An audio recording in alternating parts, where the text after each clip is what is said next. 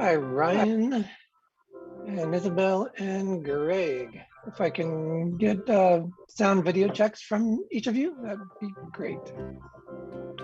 Hey, Ricky. Can you hear me? Me? I hear and see each of you. Yes, great, thank you.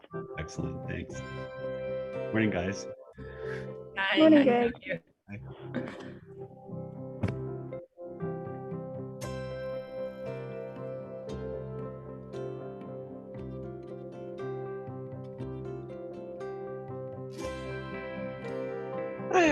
Hi, Alexandra.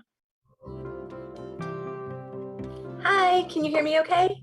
Yes, yes, and your video looks good too. Thank you.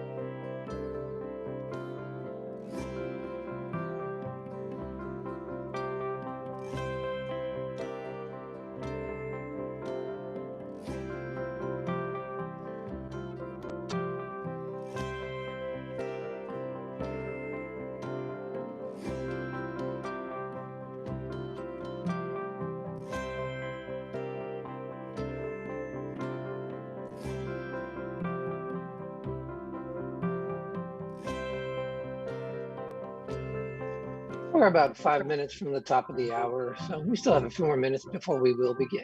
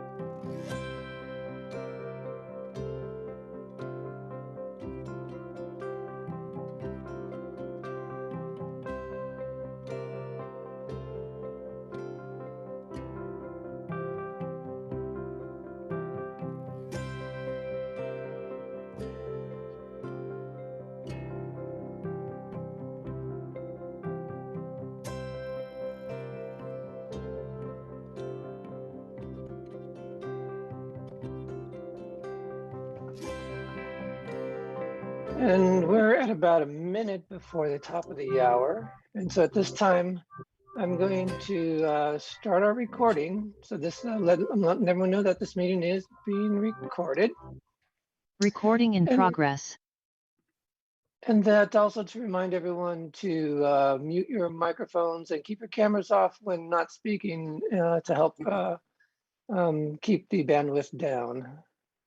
And then I'm going to go ahead and stop the screen share so that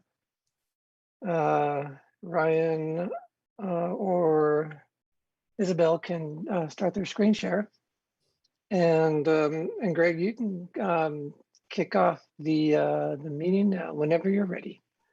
Great. Well, thanks, Ricky, and thanks everyone for helping us create such a wonderful forum. I've had a lot of fun the last couple of days, and sure hope all of you have. I said in the beginning remarks a couple of days ago how important it is to address equity, diversity, inclusion, and accessibility. And I like to think of it that how we do our science is just important as what we do. So, so with that, we have two wonderful talks coming up at the beginning of today. And first of all, I'd like to introduce my amazing co-chair, Dr. Alexandra Matieja Novak. And Alexandra is a planetary geologist and volcanologist at APL. And she also is a very active participant in our focus group on equity, diversity, inclusion, and accessibility. So welcome. And thank you so much. I'm really happy to be here. Very happy to have you. And so I'd like to introduce our first two speakers. First of all, Dr. Isabel Torres is a science editor and writer with a PhD in genetics and co-founder of the organization Mothers in Science. Dr. Ryan Watkins is someone that our community knows well and is a program scientist at NASA headquarters in the Exploration Science Strategy and Integration Office that brings you clips amongst other things. And she is a planetary scientist with a doctorate at from Washington University at St. Louis. And Dr. Torres and Dr. Watkins are going to be addressing the question, why are mothers in STEM lagging behind? A call to action. So I will turn it over to you. Thank you. Hello, good morning, everyone. Thank you so much, Greg, for the introduction and for inviting us to be here. It's such a pleasure to have this opportunity to share our mission and our work. And I hope that by the end of our talk, we would have convinced you that parents and caregivers, and particularly mothers, should be a priority in DEI efforts. Let me just share my talk.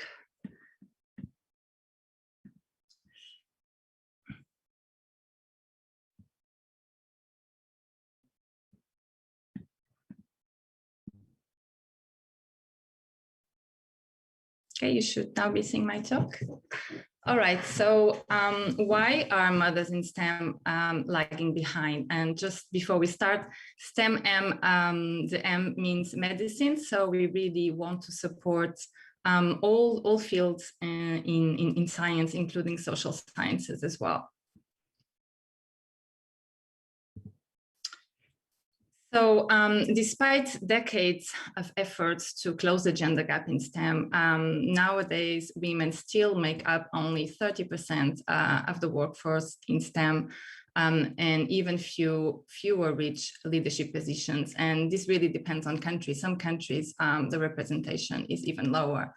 And for women of color and other minorities, these numbers are even worse. So if we look at the leaky STEM pipeline that many of you have heard about, probably all of you, the major exit of women from the workforce really happens after the PhD. And this gender gap increases as women climb the career ladder. And it is no coincidence that this timing overlaps when women are starting to form a family. And despite this very obvious overlap, this timing, there's very little research in STEM as to whether motherhood impacts career progression. The first study that really analyzed this very thoroughly came out last year, well, not last year, into 2019 now. It was a study in the US, and it showed that 40% of mothers leave full-time STEM employment within 3 years of having children. And they looked even after 8 years after having children, this number goes up to 48%. So this is nearly half of mothers leaving full-time STEM employment because they have children. It is huge and it is unacceptable. So why are women, but not men, leaving the workforce because of parenthood? So besides facing challenges for being women, so gender bias and discrimination, which are well known, mothers have additional obstacles to career advancement. And this cartoon is well known, and it shows something that the pandemic exacerbated and really revealed, which is that mothers everywhere in the world are doing up to 3 times more, are spending up to 3 times more time than men on domestic chores and on childcare. So this is a huge difference and a huge burden. So something else that the pandemic made very, very obvious, but which is a problem that existed before and still exists, is lack of childcare. So in our culture, in our society, women are still traditionally the primary carers. So if we don't have childcare, they won't be able to join the workforce after having children. And this is a huge problem anywhere, even in more progressive countries where there is public childcare. Normally, it only starts about when children are 1 year old. So, you know, this initial timing after giving birth, this gap is usually covered by mothers, and fathers go to work. Another problem is unequal parental leaves. I know we are in the US here, and you have another problem, which is no parental leave. So there's another thing. But even again, in more progressive countries, I mean, gender progressive countries in Northern Europe, for example, mothers can have very long parental leaves, which seems like a very good thing, but actually it increases inequalities because fathers will go to work almost immediately after birth, so women will be excluded from the workforce, and it will be harder for them to return to the workforce if they have long leaves. The other problem with unequal parental leaves is that, and research has shown that unequal parental leaves will set the balance at home on how the father and the mother will devote their time to childcare and domestic chores. So if the mother starts off by taking that primary role, this pattern will reproduce, you know, indefinitely. So the mother will continue doing more childcare and more domestic chores. Another problem is salary parity. So there is a study, at least one study that we know, that shows that for each child a woman has, she will suffer a 5% drop in her salary, and this accumulates with children. And this is not the case for men. Actually, fathers quite often receive a salary bonus, and they earn more than childless men. So we know that this is partially because mothers will tend to take part-time options if they can, whereas fathers will rarely take part-time jobs. So at the end of their career, gradually, mothers will have penalties and a decrease in their salary and in their earnings. Another problem is bias and discrimination. So maternal bias and discrimination is called maternal wall. And it has been shown extensively that mothers are less likely to be promoted, they're less likely to be hired, they are perceived as being less competent, less committed to their work. And quite often, almost always, this is very subtle, and nobody, employers or the mothers themselves, are aware that this is happening, and this is a huge problem. And sometimes this bias is so subtle, and probably everyone here has been through that, not knowingly. Sometimes it's just assumptions. For example, an employee will assume the mother won't be available because she's looking after children, so he won't invite her to networking events or conferences. And sometimes this is even well-intentioned, but it will harm the mother's career. Finally, our work culture, and this is something the pandemic has also revealed, how our work culture is designed for the ideal worker, someone available around the clock, and obviously for parents, this is unrealistic. And academia is particularly bad because it has the work devotion scheme, which is a social science term for this work culture, in which if you're not 100% devoted to your work, so if you're not working weekends and nights and over vacations, then you're not considered passionate or committed to your work, and you'll be excluded, or you will suffer penalties, career penalties as well. And obviously, if you're a parent, you will have less time available to devote to your work, so you will be penalized. And finally, again, the uneven division of domestic chores and childcare, which we know falls mostly on mothers. And all of this, sadly, is still a result of our society and gender norms, and this very obsolete vision that mothers should be primary carers and they should prioritize family and their spouse over work, and men, they should just focus on work. So why don't we speak about this? Why did it take a pandemic for us to start noticing all these inequities? So one problem is that mothers fear career penalties. So motherhood is still, well, parenthood actually is still seen as a weakness or liability in the workplace. So mothers tend to hide their parenthood, fathers as well. So because mothers hide their motherhood and all these struggles, first we have a lack of role models. So we don't see mother scientists, which is necessary to encourage and inspire younger mother scientists. And there's also a lot of isolation. So all mothers are going through these problems, but we don't talk to each other. So there will be a tendency to blame ourselves. So there is a lack of awareness of structural barriers. So everyone is going through these problems and nobody knows they are there. And also there's the normalization of these social norms. So all of this is very normalized. You know, that a mother is spending a lot more time doing childcare and domestic chores is so normalized that we don't even see these inequities. So all of this results in this blame problem, that mothers are blamed for their struggles in their career. And a lot of initiatives we have to help women succeed in STEM are focused on fixing mothers, you know, in improving work-life balance, or, you know, you have to self-care, or, you know, mentoring or empowerment, or increasing confidence, when the problem really is the system. That's what needs to be fixed. So from the feedback we have from our community of mothers in our organization, you know, we see that mothers are hitting this maternal wall, these invisible barriers, and they don't know it. And we've been through this ourselves.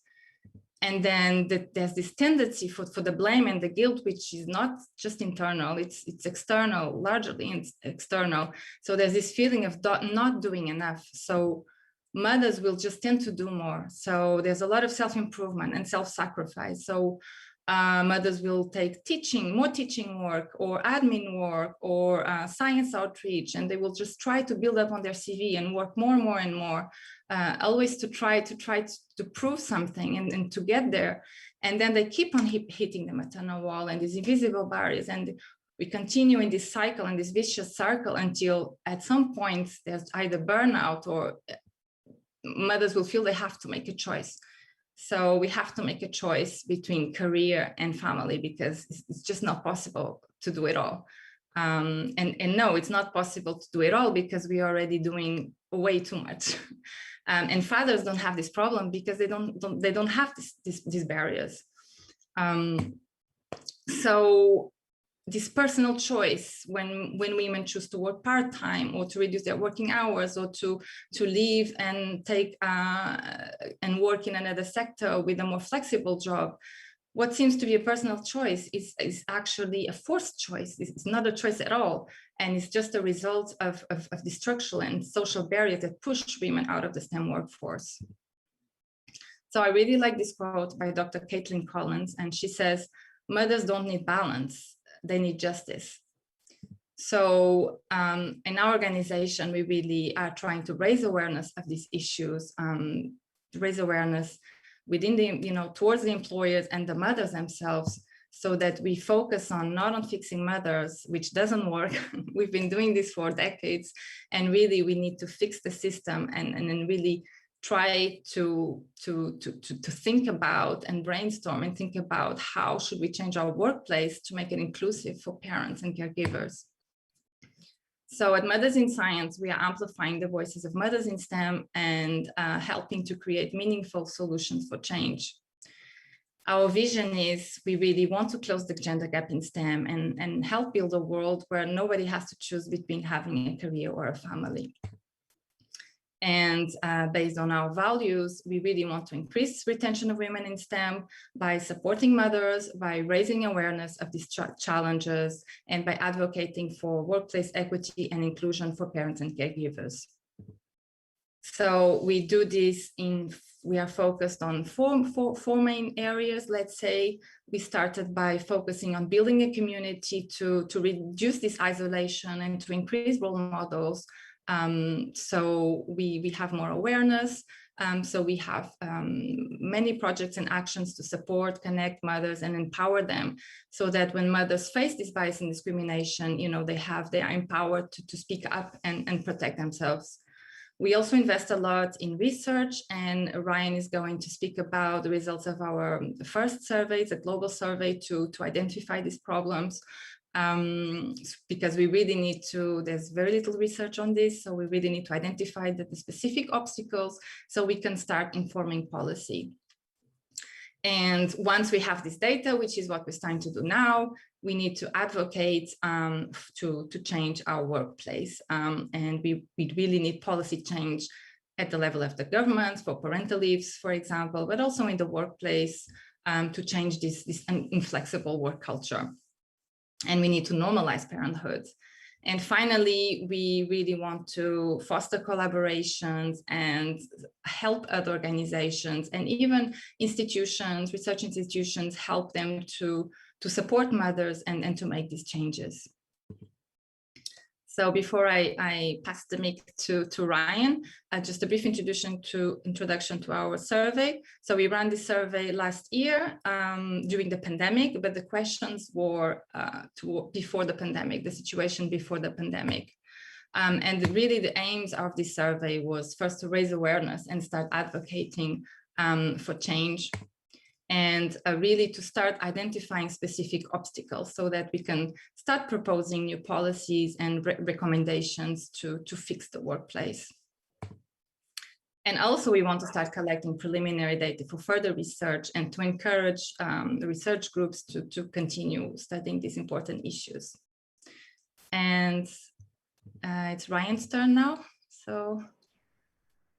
All right, yep, thanks Isabel. Are you gonna yeah. Advance to the slides? Okay, great. Yep, so Isabel gave a great intro into Mothers in Science, and I know we only have a few minutes left, but I'm going to kind of quickly discuss some preliminary results from a global survey that we conducted last year. The aims of this survey were to measure the impact of having children on the scientific productivity and career choices of women in STEM, and to identify the specific obstacles faced by people with children and driving gender imbalance in STEM fields across the world. So this graphic is showing we had a total of almost 9,000 respondents representing 128 countries across the globe. The countries in red here are those that had over 100 respondents. So our highest response rates were from the US, France, Germany, the UK, and Australia. 75% of all of our survey respondents are in academia. Go ahead and go to the next slide. This is a breakdown of our respondents based on gender and parental status. First, it's important to note that previous studies found that Over 75% of faculty in the US and Canada over the age of 40 have children. So most faculty are parents. The overwhelming majority of our respondents did identify as women. We had 3% of our respondents identified as non-binary, but we've not yet included these in our results. So all of the results you're going to see are divided into men and women or mothers and fathers. We had over half of the respondents are mothers, about 13% are fathers, and then the rest are actually childless women and men. The sample is not quite representative. People are experiencing pandemic fatigue, survey fatigue. Men are less likely to take surveys like this because the issues just don't affect them as much. And so the effects of having few childless people, especially men, may affect some of our results. Our results indicated that the mean age at childbirth for fathers is 32, and for mothers it's 31. And the average ages of parenthood in the general US population are 31 for men and 26 for women. This indicates to us that parents in STEM are delaying having children. And I'll reemphasize that these results are preliminary. We're still working through all of the data. Next slide. So we asked our respondents, regardless of their parental status, whether they chose to delay or renounce having children because of their career. While overall more men and women said no, we did find that women are far more likely than men to delay or renounce having children because of their career. Next slide. Importantly, our data showed that 34% of mothers globally leave full-time STEM employment after having children. This data agrees with data from Aaron Keck on US parents that revealed that 42% of mothers leave full-time STEM employment. Most of these mothers go work part-time, change career sectors, lose their job, or become stay-at-home mothers. And the fathers that do leave STEM employment simply just change the career sector but continue to work full-time. Next slide. 2 minutes, Ryan. Thank you. So we've seen that mothers' careers are affected more so than fathers. And we had two hypotheses. The first being that work productivity in mothers decreases after having or adopting a child, but that fathers' productivity remains unchanged. And the second was that mothers, but not fathers, face bias and discrimination in the workplace. So yeah, we're going to skip through these kind of quickly. Our data do show that when we break down publications per career phase, that after childbirth, fathers are publishing at a higher rate than women, particularly mothers. When you kind of get to the 7 to 9, 10 to 12 years post-terminal degree, we see that fathers are actually publishing upwards of almost 10 more papers on average than mothers. Have you skip 2 slides? Let's see, go one more. Our preliminary results also indicate that 40% of mothers are being offered fewer professional opportunities than their male counterparts, compared to 70% of men who are seeing no change at all after having children. Next slide. 34% of women are saying that their competence is questioned after having children and returning from parental leave, whereas 78% of fathers disagree with the statement that their competence is questioned. Next slide. So we found that mothers more strongly agree that the time away from work from parental leave affects the roles and projects they take on at work, as well as their professional credibility. And men are far more likely to disagree with these statements. I'm gonna have you skip 2 slides just so we can kind of get to our conclusions here. Go one more. Yep, so after learning about the challenges and inequalities facing women in STEM, we found that over 60% of women say that motherhood does impact their career. This is nearly double the number of men in our sample. And Isabel, I'll let you run through the conclusions real quick. I know we won't have time to show our video, but we can post that in the chat link. If you want to go to the conclusion side. I'm just going to conclude quickly. So our data, sorry if Ryan had to go quickly through that, but our data indicates that the maternal wall is widespread in STEM, and we won't have time to show our video. It's a 3-minute video, but Ryan is going to put the link in the chat box. Do watch it, it's 3 minutes, and it really shows how widespread maternal wall is in every sector, in every country in STEM. So another conclusion, maternal motherhood myths and stigma hide structural problems, and this is why we really need to raise awareness. More research is needed to identify specific problems. So our survey didn't cover that, and we hope to do this in the future, to see specific problems by country, regions, in specific sectors. We would like to do this in medicine, and look at underrepresented groups. So we really need to raise awareness and break stereotypes and normalize parenthood, because most people in the STEM workforce are parents. So we can't just ignore them. So these problems are universal. They affect mostly mothers, but they can be identified and solutions can be created. Just a final slide. If you like our work, please support us by donating, or if you'd like to collaborate or sponsor, please do get in touch. We would love to hear from you. Thank you very much. Thank you both for a really amazing presentation. This is something that we all, men as well as women, need to join together to help solve. It's going to be good for all of us when we move in the right direction. So thank you. And Zach, unfortunately, we don't have time for questions right now. If you could put it in chat, that'd be great. Thanks again so much. And I would like to now turn it over to my co-chair, Dr. Novak. Thank you so much. Can you hear me? Yes. Great. So I have the privilege of introducing our next presenter, J.A. Greer, who is going to be talking to us about the work that we are doing in the SSERVI Equity, Diversity, Inclusion, and Accessibility Focus Group. And I'll just say we're so fortunate to have a leader like J.A. Motivating us through this work. So I will let J.A. explain what we've been up to. Thank you. Thank you very much. Can you hear me okay? Great, thanks. So I'm J. Greer. In fact, J.A. is spelled J.A. It's pronounced J. I'm part of the TREX node. I'm doing research in that group. I do outreach in that group, and now I'm specifically chairing this fantastic group, which has been amazing.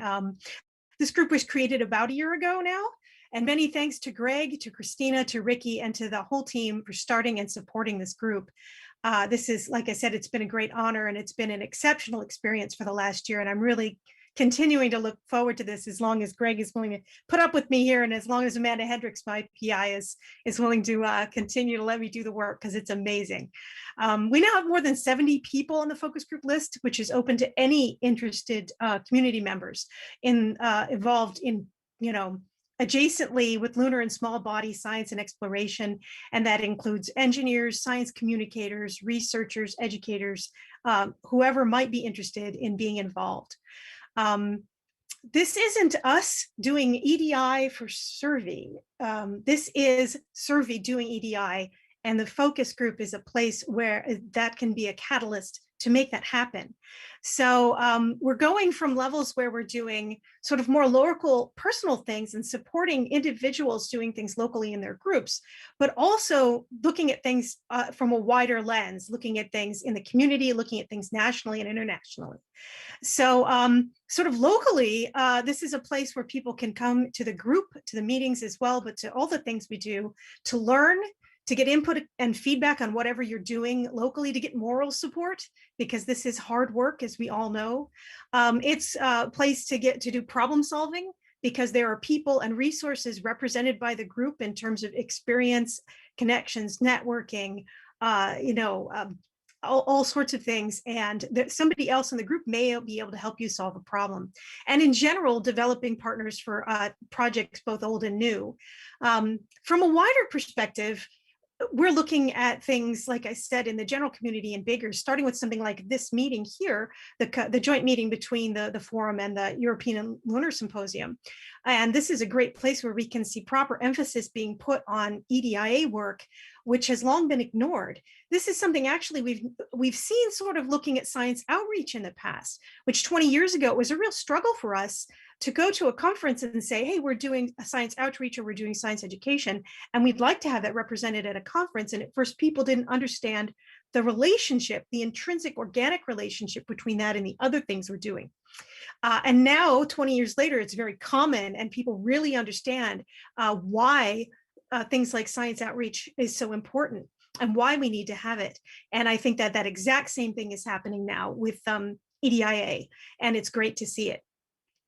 So the group also connects with the larger community through things like League, the Small Bodies Group, the IDEA working group from the AGS, also looking at our connections with societies such as AGU, the AAS, DPS. And again, looking at conferences like this one, I wanted to give an example. For example, there's a large lunar conference, which shall go unnamed at this point, that takes place in March, at which there was an issue that came up with names and naming in the registration forms that directly and impacted people who had any name changes, such as folks who had been married or perhaps had changed their name because they're trans, or perhaps folks who had non-Anglo-normative names that had diacriticals or other marks in them. And that, it's not as if I'm saying our group is taking any credit for that. That's not the case. But our group was one of those places where people were able to catalyze and empower to make change. And that ended in a white paper that helped address that issue. And that was viewed very positively by the community and by the person who was responsible for that meeting. And we're going to see change, and it's a fantastic thing. So, so there was that huge positive response. So to just wrap up, our group is a leadership and learning nexus for the planetary community as a whole. And we want to continue to move forward and take action and actually make change in our profession for the better. And we would love to have everyone involved. Please join the list. We don't spam. There isn't a lot of spam, and you don't have to come to every meeting or anything like that. But being a part of it and being involved is incredibly powerful for everyone. And we would love to see everyone involved. Thank you so much.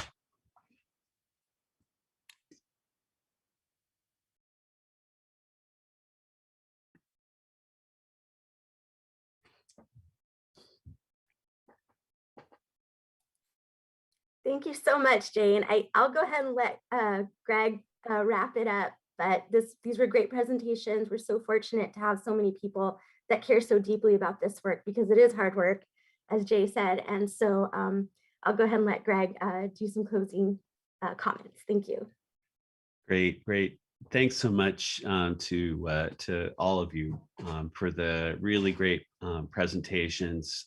There are so many areas within equity, diversity, inclusion, accessibility that we need to address. We have some more talks scheduled, so please, in the rest of the conference. So please attend those tomorrow. And all I can say is that just repeat what I said earlier. How we do this is as important as what we do. Because if we take some positive actions here, we're going to bring in a broader community and do this more fairly. And from the point of view of even the science, we're not going to lose out on all that fantastic talent that we're currently losing out. So thanks again to everyone, and thanks so much to my co-chair, Dr. Novak. So we have a transition now, and we will start parallel sessions in 3 minutes. So thanks again for everyone for attending.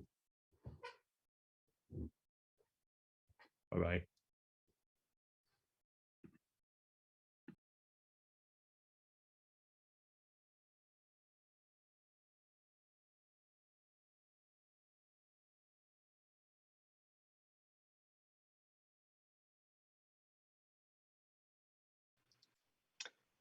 And for those that are going to the astrophysics session, stay right here. You're in the right place.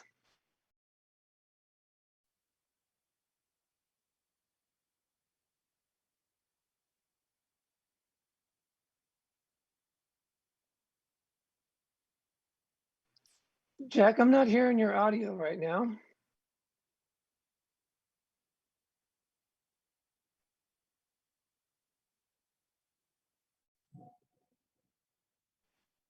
Ricky, can you hear me now? Yes. Okay, thank you. Thank you for letting me know. And I was just thanking you for letting folks know and welcoming individuals who are going to be attending our astrophysics session.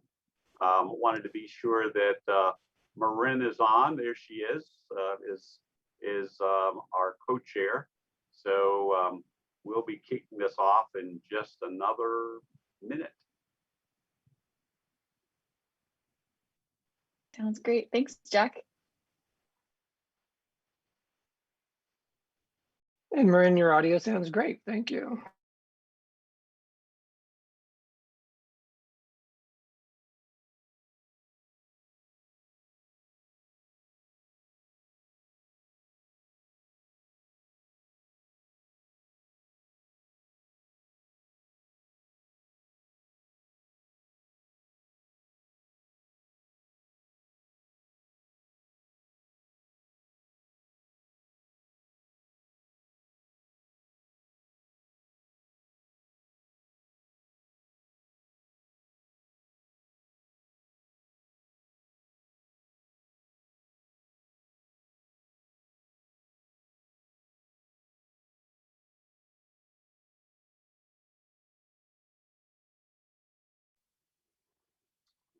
All right, I think we're going to get started. It's 8:35, 7:35 Pacific time.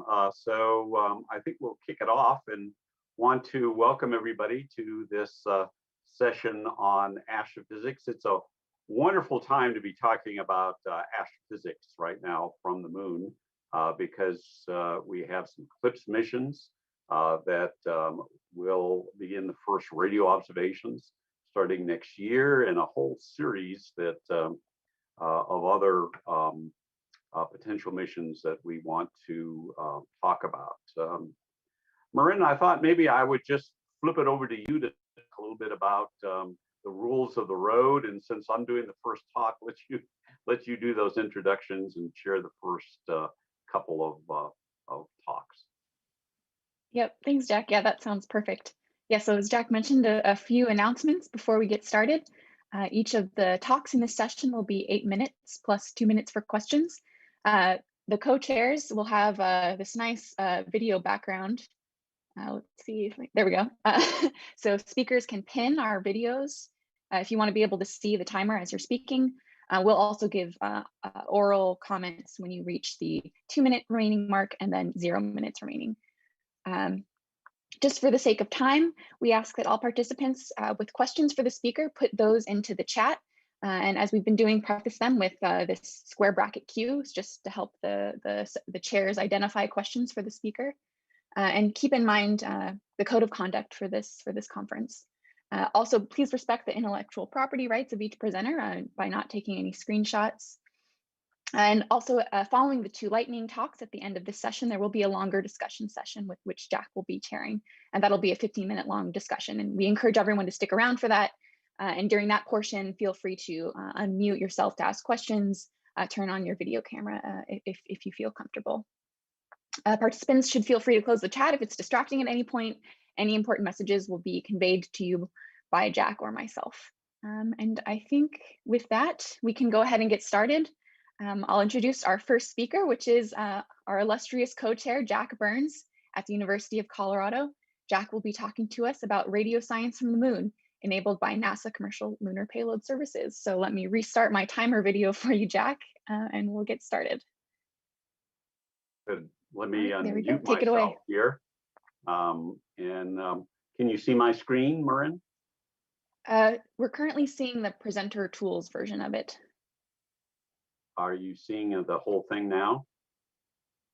No, it looks the same. All right. Let me stop sharing and try again.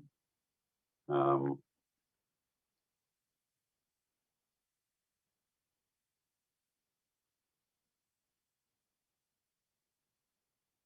about now?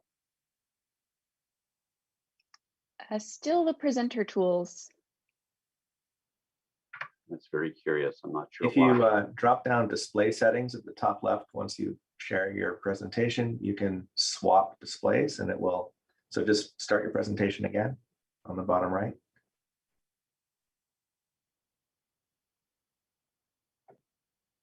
And then at the top, the second navigation item, display settings, drop that down. Yeah, sorry, I'm in full mode here. I don't have those. So on my screen, it's showing that I'm in display mode. So I'm not sure why this is not working like it usually does. I never have this problem, but. Do you have a second monitor plugged in? No.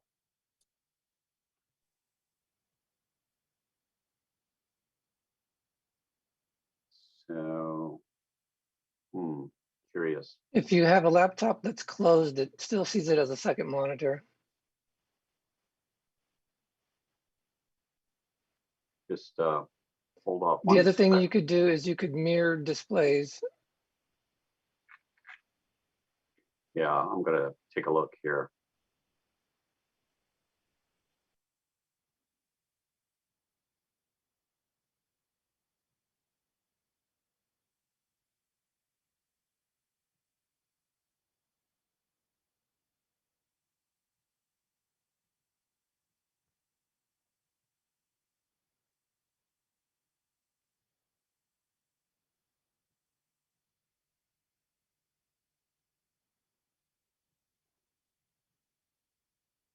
How about now? Looks great now. Okay, great. Yeah, my apologies for taking that extra time.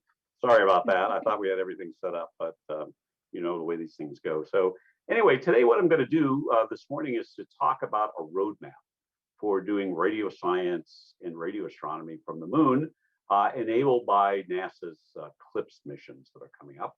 And a lot of what I'm going to be talking about this morning was published just recently, a couple of months ago, in a paper in the Planetary Sciences Journal. This is one of the AAS journals. I mean, we've talked about a number of manifested payloads as well as planned missions such as Farside, a radio array that you see a cartoon picture of in the right side. So let's go right into the very first one. We're excited that just next spring, NASA is going to be flying its first radio science payload to the moon called ROLS's. Bob McDowell's talk was presented yesterday on this mission in the space environment session. So I won't take a lot of that time because you can go back and have a look at that talk. But I just want to mention briefly, it's a simple instrument, a couple of dipole antennas, one of 3 meters and another one perpendicular coming out of the page and into the page at 1 meter above the surface, and a radio spectrometer that is in the interior. It's primarily a plasma experiment to investigate the photoelectron sheath, the local ionosphere, if you will, that results from the interaction between the sun and the regolith. But also, very importantly, it's going to be a precursor for other observations from the moon, and particularly the far side, to map out the galaxy in detail and to look at our instrumentation for future instruments. This will be followed in a few years later by our first Farside instrument. This is Lucy, and it's part of the payloads that will be on the Schrodinger impact basin landing that will be in 2025.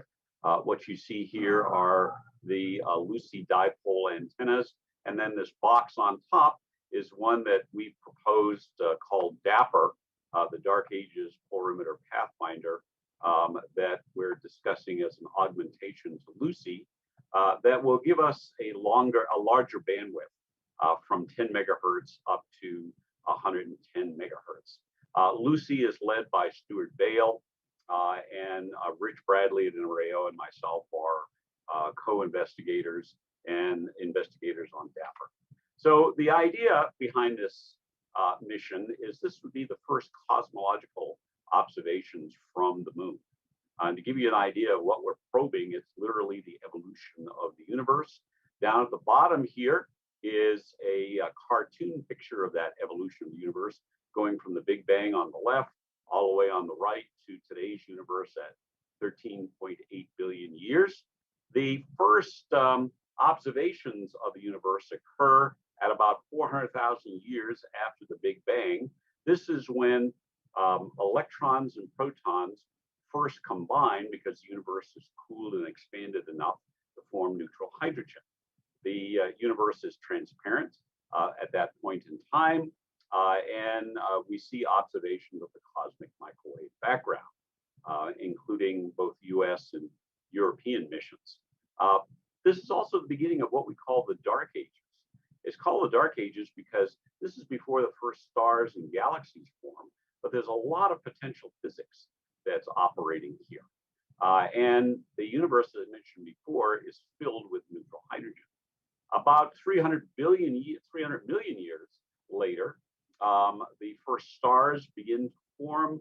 They're probably very massive. And when they turn on, you can see these little sort of purple regions.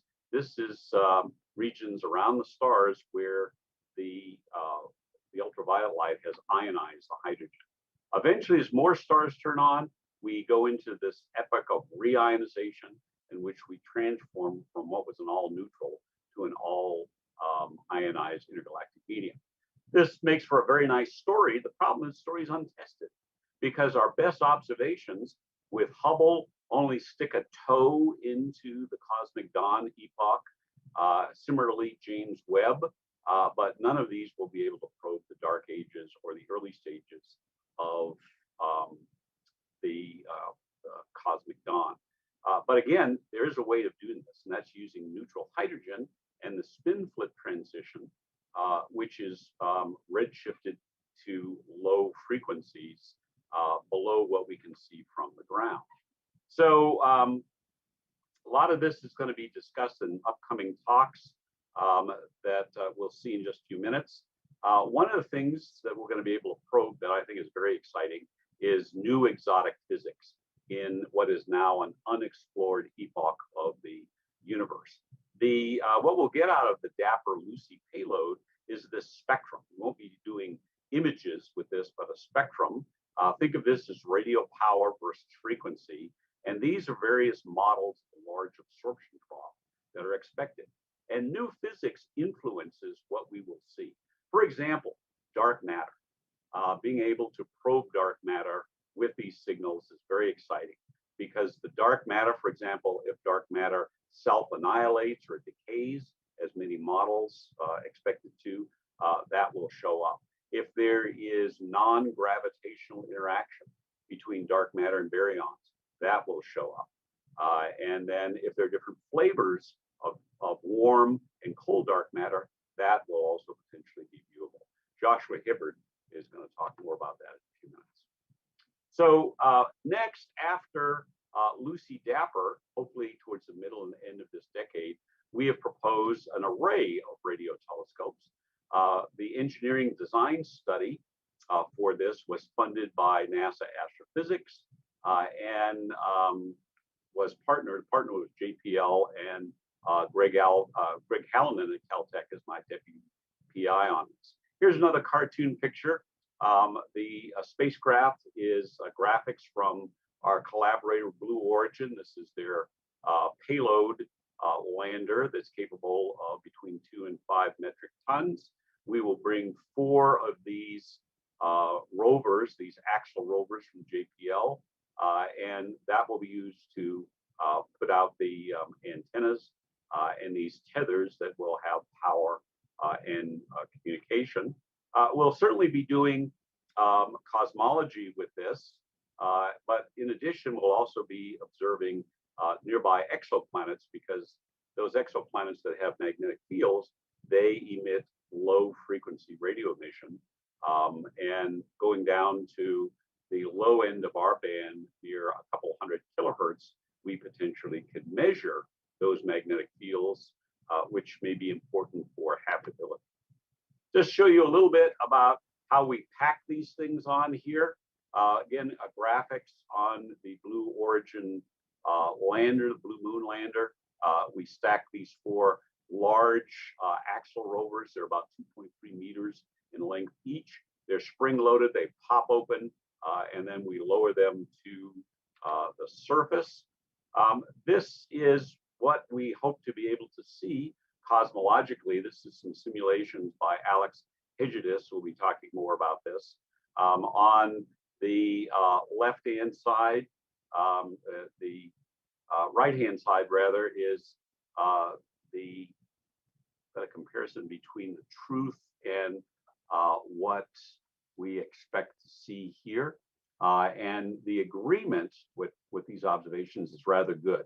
So this is early structure we expect to be able to see in the universe. And so the synthetic observations that we looked at so far are in good agreement. Lastly, and just very briefly, recently we've been funded by NIAC, NASA's Innovative Advanced Concepts Program, to look at the ultimate array. So this is the last part of our roadmap, 100,000 dipoles. This is the ultimate cosmology telescope. But in addition, what we plan to do is manufacture in situ the antennas using lunar regolith as feedstock to develop aluminum antennas that we will place on the surface along with the power systems. Just a kind of a cartoon picture of Farside, which will be distributed in these spirals, 256 of these antennas versus 100,000 for Farview. So I will stop there, Marin, and just put up my summary and conclusions. Great, thanks, Jack. Wonderful talk. So exciting to see all the stuff that's planned for the moon. I can't wait for the future. We have time for a quick question, and there's one in the chat already. The question is from Michael Nord. What observations from Earth-based low-frequency telescopes can help prepare for the lower frequency lunar observations? Yeah, that's a great question, because that's been happening for the last decade. So observations from the EDGES experiment is a good example, which is set the stage and really a challenge to confirm claimed observations that they have maybe of cosmic dawn. So being able to, with Lucy Dapper, to confirm that and extend that in a quiet environment on the far side is very important. And then we've got arrays of radio telescopes, the MWA in Australia, the LWA in New Mexico and in California. Both are precursors developing much of the technology and the software that will enable Farsight. All right, wonderful. Thank you, Jack. Let's switch over to our next presenter, which is Josh Hibbard. We'll be hearing more about Dapper. So if I can ask Josh to, there he is, share his screen. Josh will be talking to us about cosmology from the lunar far side with Dapper, effects of warm dark matter models on the global 21 centimeter emission signal. Can you hear me? Yes. Right. And slides look good. Okay, awesome. So yeah, I'm going to then talk to you a little bit about how we're going to do cosmology using the lunar far side, and in particular what this can mean for different models of dark matter. So to begin with, I just wanted to briefly go over how we're going to map these areas of the universe, including the dark ages and the cosmic dawn, using the so-called spin flip transition of neutral hydrogen. So here on the right, you can see this graphic of neutral hydrogen with the proton and the electron, and their spins are aligned and they're in a higher energy state because of that. And when the electron then switches its spin, it gives off a photon with 21 centimeter wavelength. And that's the transition that we're looking for. And because the universe is filled with neutral hydrogen, there's a lot of this light going off, and it's very optically thin. So it's also something that we can use to probe these epochs where other light might be absorbed. And so this mechanism from neutral hydrogen is how we want to be able to look before there were even stars giving off photons, and then also actually as the first stars were born. And as Jack mentioned, part of the way we can do this is with the Lucy Dapper combination from the far side. The problem with measuring this signal is that it's on the order of millikelvin, and there are foregrounds that must be peered through that are 10 to the 4 or 10 to the 6 times larger. And there's also human-generated radio frequency interference, which can contaminate this signal. But if we go to the lunar far side, then we eliminate the problem of RFI because we are shielded, and also the problems of the ionosphere, which is largely opaque to radio waves below 40 megahertz. So this mission in particular, the Lucy Dapper combination will allow us to probe the cosmic dawn and the dark ages with a precision that has not been seen before. So then the thing we really want to do with this is cosmology, and in particular, the dark matter problem. So I just wanted to briefly review it. I'm sure everyone knows about it, but it's one of the foremost unsolved problems in physics, first posed over 100 years ago now, and first maybe codified a bit by Zwicky in the 30s. And for years now, there have been dozens of particle experiments that have all come up with null or non-conclusive results. And in the astrophysics community, we have focused obsessively on mostly just measuring it in galaxies. And rather than trying to actually characterize its properties, we're just trying to see how much there is. And in particular, there are extreme environments where you can try to constrain the properties of dark matter, but a lot of these rely on very complicated modeling of, say, the atmospheres of black holes and neutron stars.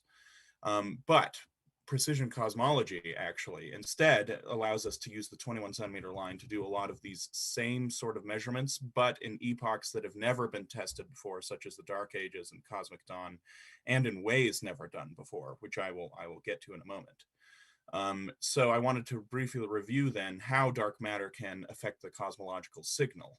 So if you look here on the right, you imagine we have a bunch of dark matter halos early in the universe, surrounded by neutral gas, which is the IgM. And depending on the size of the halo, you start to get gas that falls into these dark matter halos as as structure growth occurs. And depending on the mass of it, it'll depend essentially on how much matter can fall into it and whether there are going to be stars and galaxies born in those halos.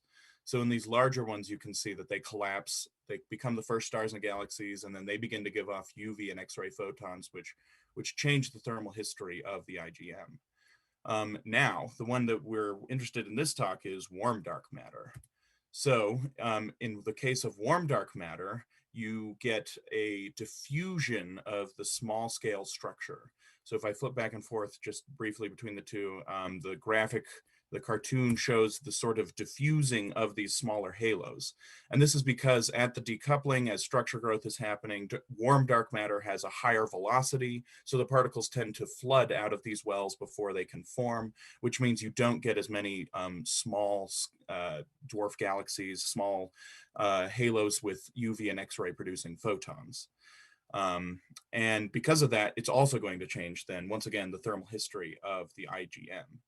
So this is a way to test then the cold dark matter way, and in particular characterize its thermal velocity and thus its mass in a way that hasn't been done before. So the observational motivations for warm dark matter have been piling up recently. All have to do with small scale structure that is predicted by CDM that is apparently lacking, such as the missing satellites problem, where objects like the Milky Way ought to have on the order of hundreds of smaller dwarf galaxies surrounding them, and they have maybe a dozen. The too big to fail other galaxies that are large, or halos that are very large, should have more galaxies forming in them, and they don't. The core cusp problem, which is related to the internal structure of dark matter halos and galaxies, is different from that predicted by simulations. The lack of halo structure between the cosmological filaments, which is a problem pointed out by Peebles some years ago. And it's possible that many of these could be explained by baryonic processes within the cold dark matter framework.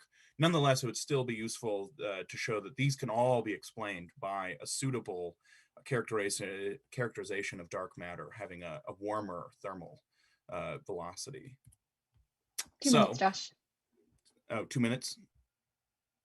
So you have the, so these are some simulations then that my team has done with the global signal incorporating warm dark matter. In particular, you can see the different colors for the larger and larger mass, which approaches the CDM mass. You can see how it makes the absorption trough for cosmic dawn, as Jack was talking about, go earlier and earlier because there are less, or as the warm dark matter mass increases, there are more small scale structures, so there's more light. And these are for two different star formation models, one which is just that the star formation traces the collapse of dark halos, and one where the efficiency depends upon halo mass, which is probably the more realistic of the two. And using that engine, we are then doing Fisher forecasts with these different star formation models to try and look at what the degeneracies between warm dark matter and astrophysics are, to then be able to eventually tease them out. And this is one Fisher forecast. The left, these are all astrophysics parameters, and down here is just the warm dark matter mass.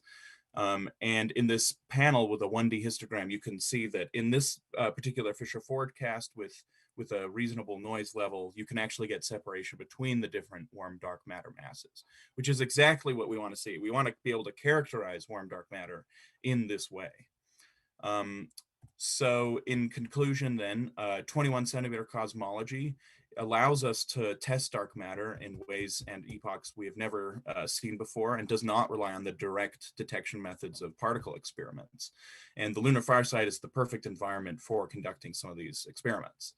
Warm dark matter, the difference from cold is that it tends to erase the small scale structure by free streaming of the particles.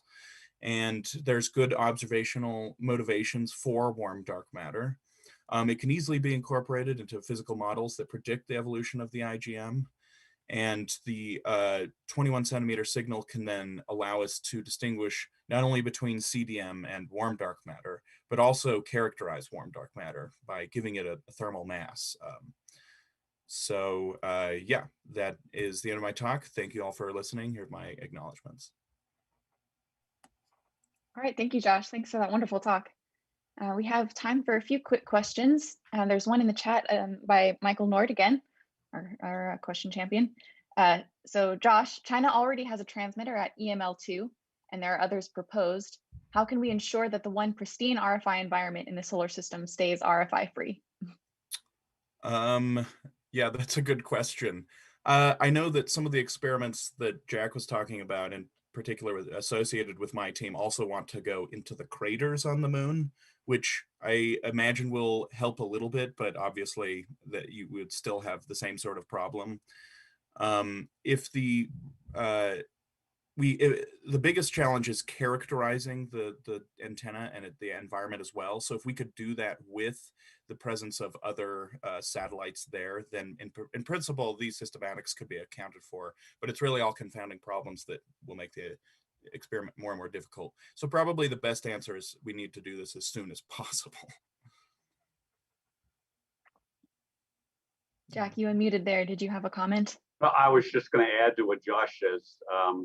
You know, that the noise is not coming from the actual communications, but because those are at higher frequency, but rather from the leakage of things like power supplies, computers, and solutions to those have been known for some time, and that is to make sure that these satellites have some sort of a Faraday screen, basically chicken wire on the inside of these to reduce them down, and to stick with the standards, the MIL standards that are already in place for Earth satellites. So doing that combination of things would help extend the quiet time for a while longer. But I agree with Joshua that, you know, we need to do these experiments sooner rather than later.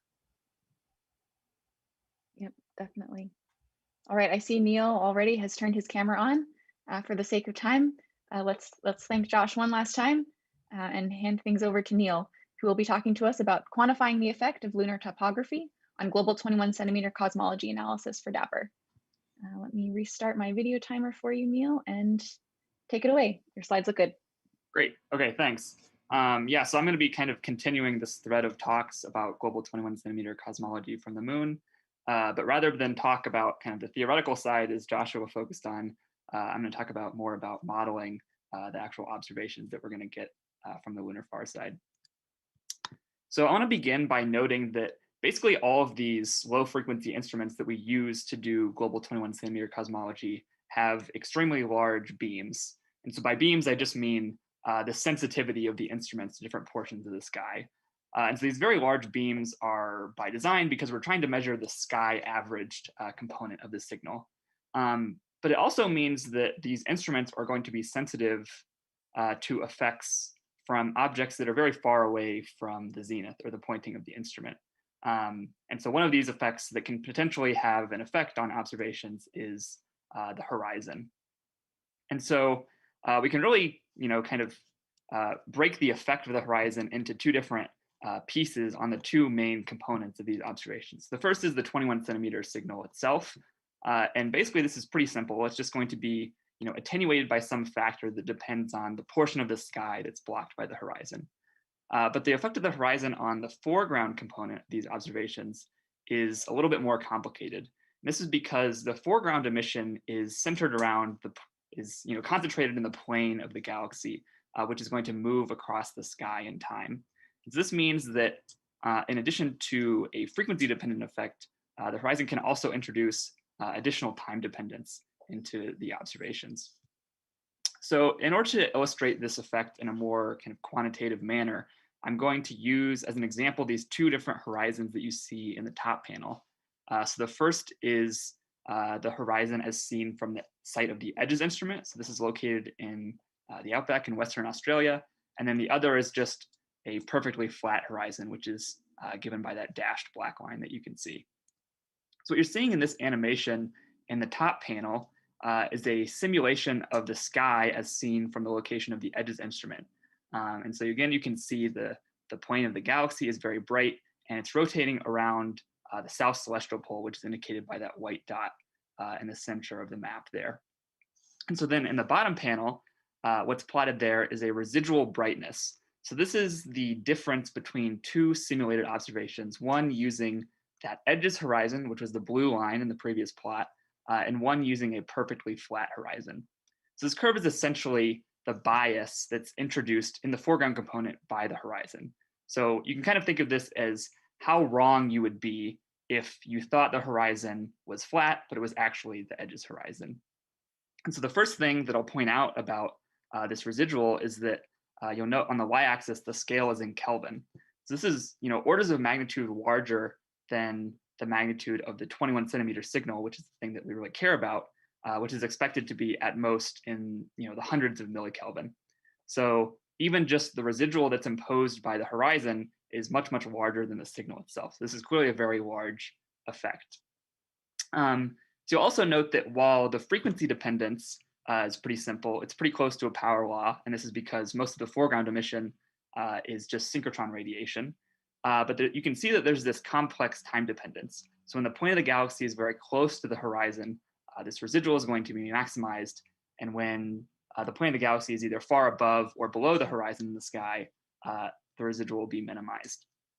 And you can see this effect a little bit better in this format. So this is basically the same information that's plotted here.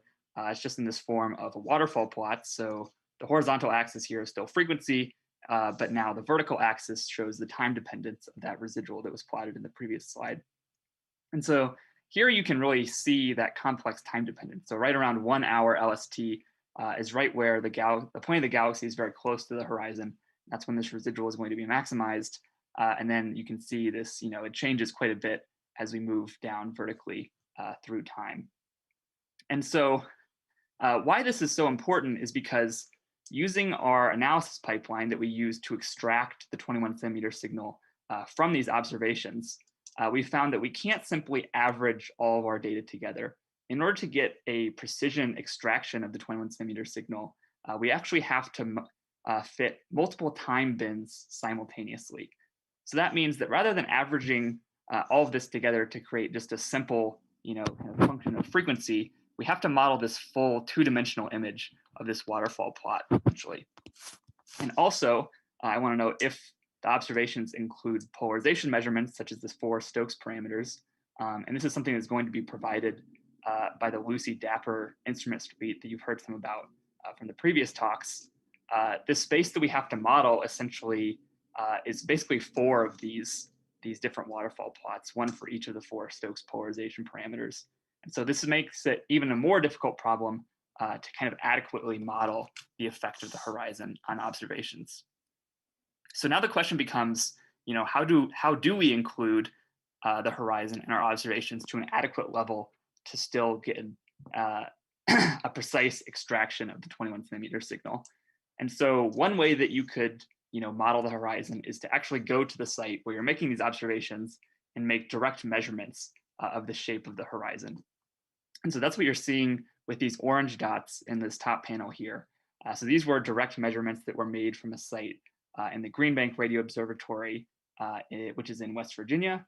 But making these direct measurements can be pretty time consuming, and it also could be difficult to do for a location where we can't actually physically go to, such as a lunar experiment. So we developed this code that we call shapes, which is publicly available. You can see the GitHub link there, and you can check it out yourself. And so what shapes can do is actually calculate the profile of the apparent horizon from any location on Earth or the moon using elevation data. And so you can see here in the blue line is one of these horizon profiles that was calculated using the shapes code. And so we calculated it for the same location that these direct measurements were made. So if you compare the two, you can see that they mostly match up, except for a few key locations where there's some major discrepancies. But from looking at photos from the site, basically all of these major discrepancies are due to trees or vegetation or other objects such as buildings. And this is because the elevation data often doesn't take these things into account. And so the profile that you calculate with the shapes code isn't going to include these things like trees. So in addition to the difficulty in including them in the shape of the profile, trees and vegetation also present another difficulty for modeling because they may interact with the incoming radiation in complex ways that may be difficult to model. But one thing I want to point out is that luckily for us, the moon is free of these things like trees or other human-made obstructions. And so this is just another reason why the far side is this really excellent platform for performing these low-frequency observations. So really quickly, I just want to show one of the horizon profiles that was calculated with the shapes code from a potential landing site on the far side of the moon. So this is from a site near the center of the Schrodinger crater. And so this was generated using elevation data from the LRO LOLA instrument, which has been really great for doing this kind of analysis. And so finally, I just want to actually show some actual examples of signal extractions using our analysis pipeline, and to illustrate why the horizon is so important. So in this top panel here is when we've modeled the horizon incorrectly. And so you can see that we get a really poor fit and a wildly inaccurate extraction of the signals. The black is the input here, and the blue is what we get out of our pipeline. But then in the bottom panel, you see when we actually model the horizon and affect the horizon correctly, we get this really clean and precise extraction of the signal. So this is just to show why the horizon is so important, especially when we use our analysis pipeline for analyzing these observations. So thanks. I'll just leave it my conclusions, and yeah, just leave it there. Thanks. Yeah, thanks for that great talk, Neil. I encourage folks to put questions in the chat, and while people are typing, I'll take my chair's prerogative to ask my question. So based on your shapes code and your ability to model the horizon, is it still better to just have a flat horizon with few features, or are you able to model the horizon to a precision sufficient enough that you don't require an ideally flat horizon? Yeah, I would say more important than having a flat horizon is just having a horizon that you can model very precisely. So the shape is not too important. It's just important that you know it really well. So I think the ideal place is something that is free of trees or other objects that might complicate knowing that horizon to a really, really precise level. Mm-hmm. And fortunately, we have a place just like that called the moon. Yeah. All right. For the sake of time, I think, well, Nivedita had a question in the chat, which I'll read.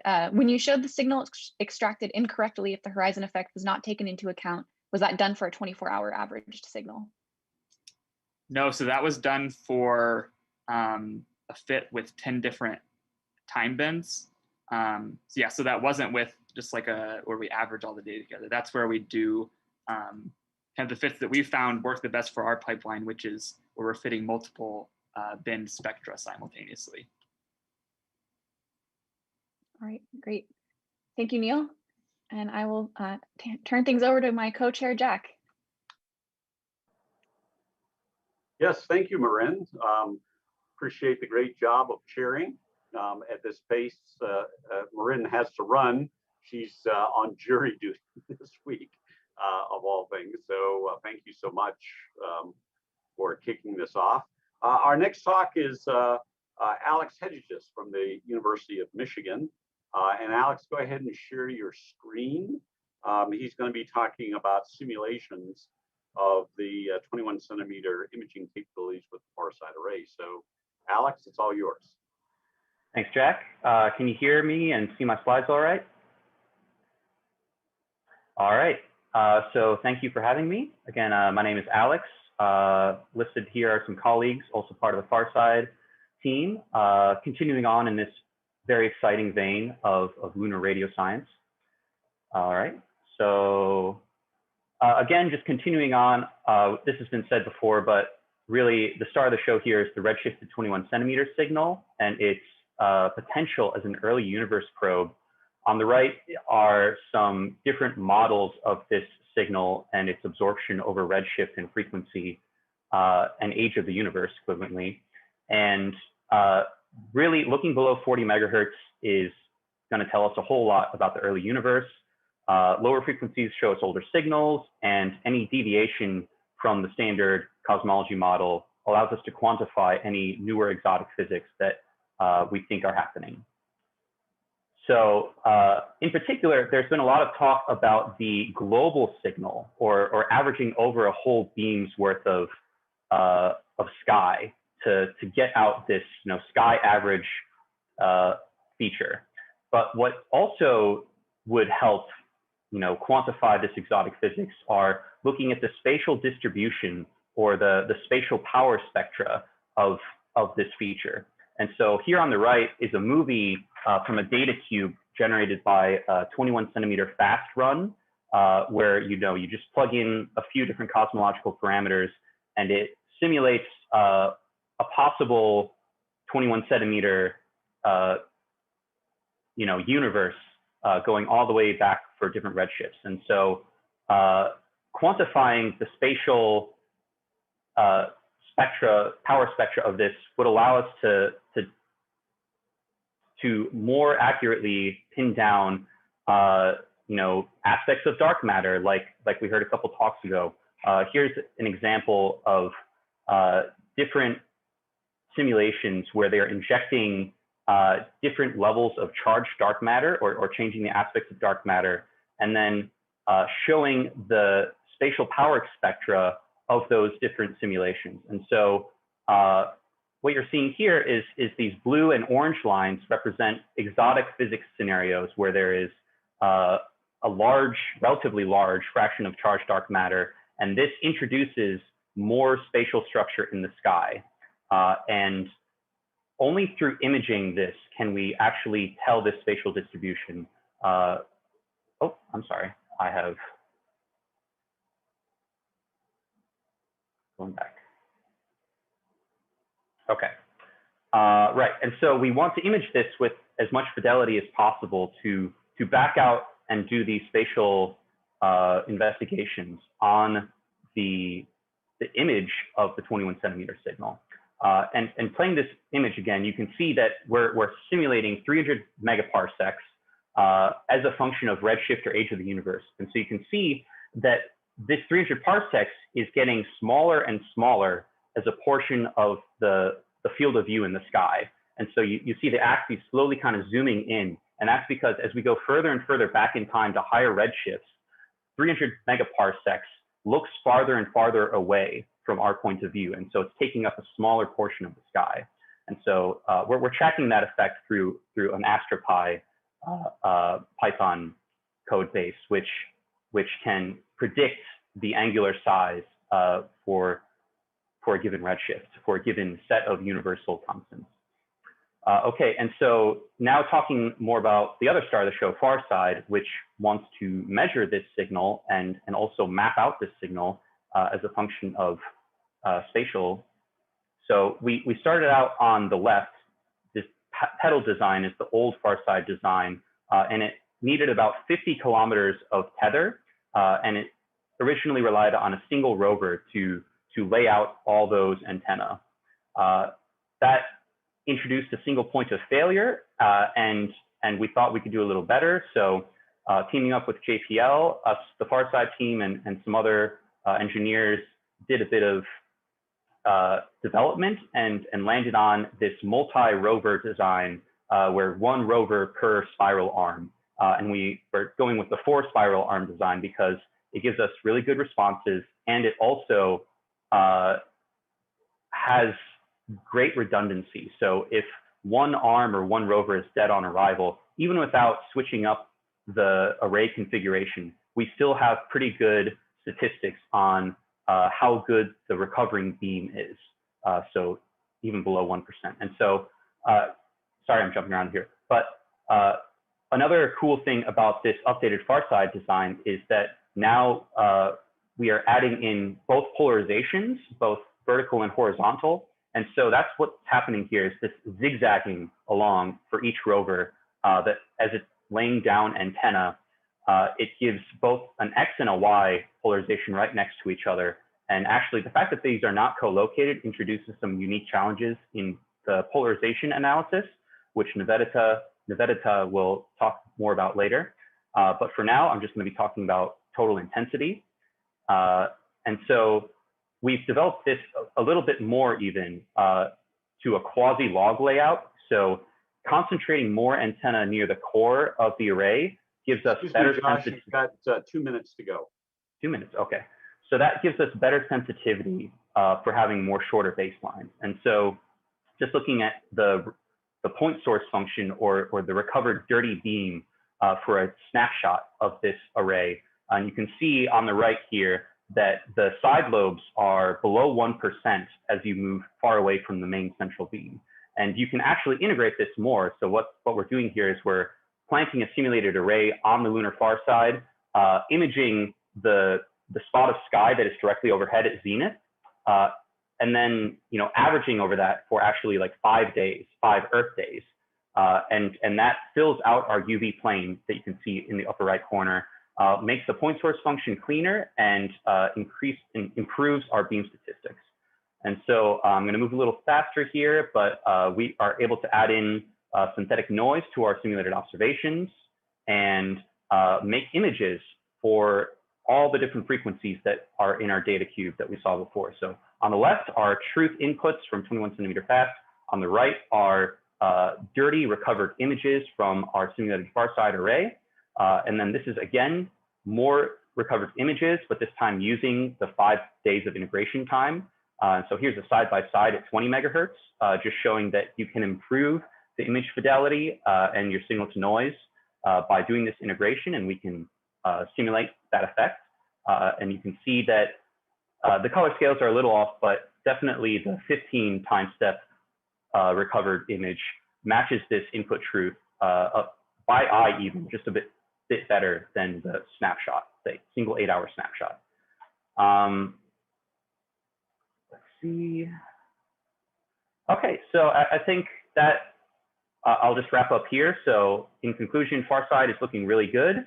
And the simulated output images are ready for spatial scale analysis to get out that K-vector analysis that will then help us better parameterize the different attributes of dark matter and other exotic physics. And so repeating this for different 21 centimeter fast runs with different underlying cosmological constants inserted, and then doing that analysis and showing Farside can accurately estimate those parameters just through image analysis will be a really huge step towards showing that Farside is worth doing.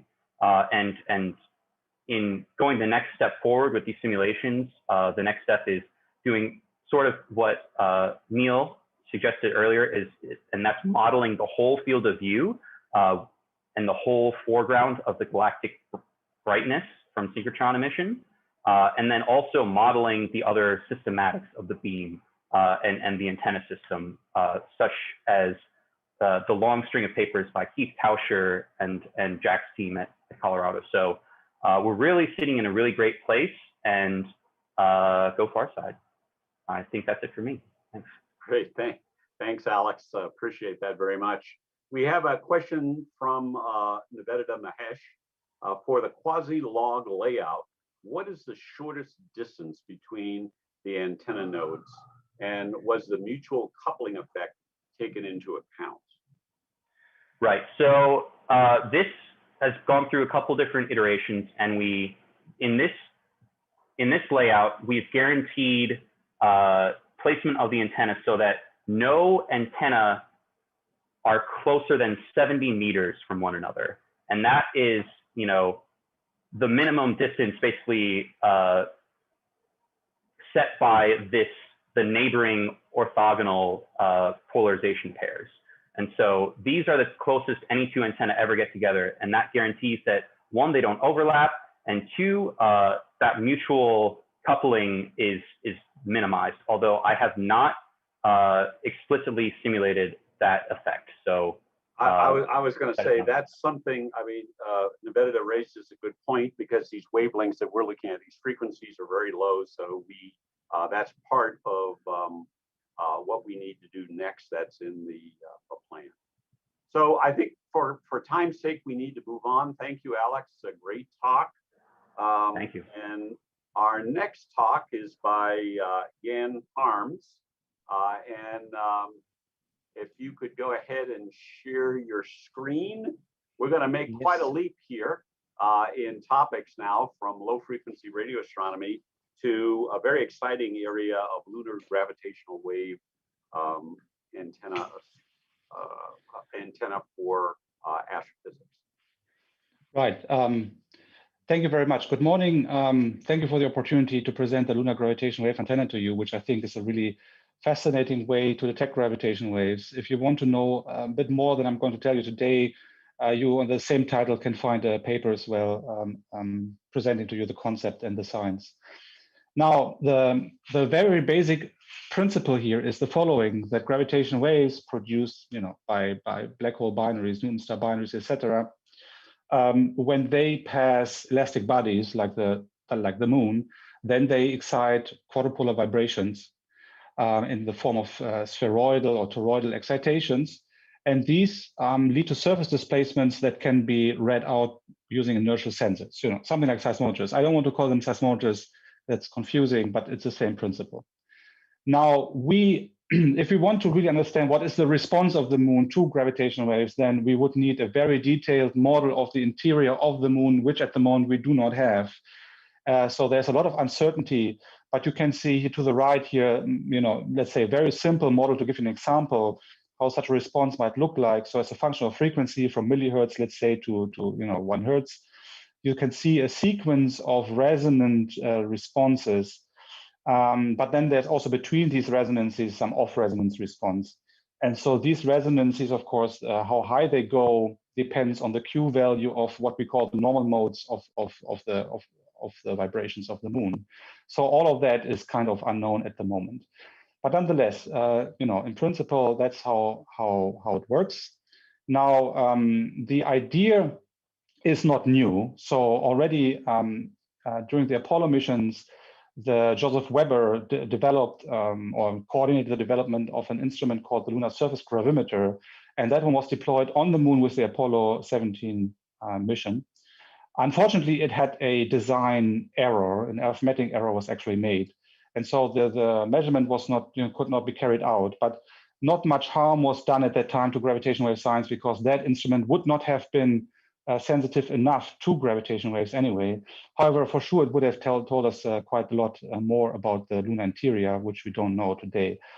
Now, the LGWA concept is going a bit beyond that. So what we proposed, so it was conceived really last year to respond to ESA's call for ideas, how to make use of the European Large Logistics Lander. And what we proposed is the deployment of an array of 4 inertial sensors in a kilometer scale array. And so the array we propose because at some frequencies we expect to be limited by seismic background at the higher end of the frequency range, really. And so with that array, we can distinguish essentially between gravitational wave signals and seismic events. Now, why the moon? Because what the Apollo missions really told us, the seismic data from the essentially 4 longer operating seismometers, was that the moon is a seismically very quiet place. So quiet that a continuous background of seismic disturbance could not be observed. So we only, of course, there were moonquakes, there were meteoroid impacts, all of that, but this doesn't add up. This didn't add up to an observable seismic background, which exists all the time. These were distinct events. Now, there's an upper limit that was set to the background corresponding to the instrument noise of the seismometers. But models today predict that meteoroid impacts will produce a seismic background, and that one will be a few orders of magnitude probably below this upper limit that was set with the Apollo missions. And that makes the moon several orders of magnitude quieter than Earth, which of course is for us really important. Now, I already indicated on the last slide that we want to deploy these, we propose to deploy these sensors in a crater, but not any crater. In fact, what we want is to deploy inside the permanent shadow. So these are the craters at the North or South Pole. And for us, it is important because we cannot conceive a technology to do this outside the permanent shadows, because what we want is these inertial sensors to operate at cryogenic temperatures. And the very cold temperatures that you can find in some of these craters, which can be continuously below 40 Kelvin, greatly help us. And they would also mean that we can get rid of some of the seismic events. For example, there were thermally induced seismic events observed by the missions. So you wouldn't have such a permanent shadow, another advantage. But now, if you are in such a permanent shadow, then the big question that, well, there are several challenges coming with that, but let's say one of the big ones is really how to get power to your experiment. And there are 2 options: nuclear power devices or laser power beaming. Now, laser power beaming would be something new that has never been constructed on the moon, of course. So that would take time to develop. Nuclear power devices have been used in several missions, also during the Apollo missions. For us, thinking from the European perspective, in addition to all the safety concerns that you should always have with nuclear power, is that ESA hasn't used them and might not launch missions with the nuclear power devices in the future. So from our perspective, laser power beaming is more attractive, and we are currently pursuing that direction, really. Okay, now just a few words on the payload. So this here is a bit a messy plot, but what I want to show you are 2 lines. There's this red spectrum. So here again, millihertz to a few hertz.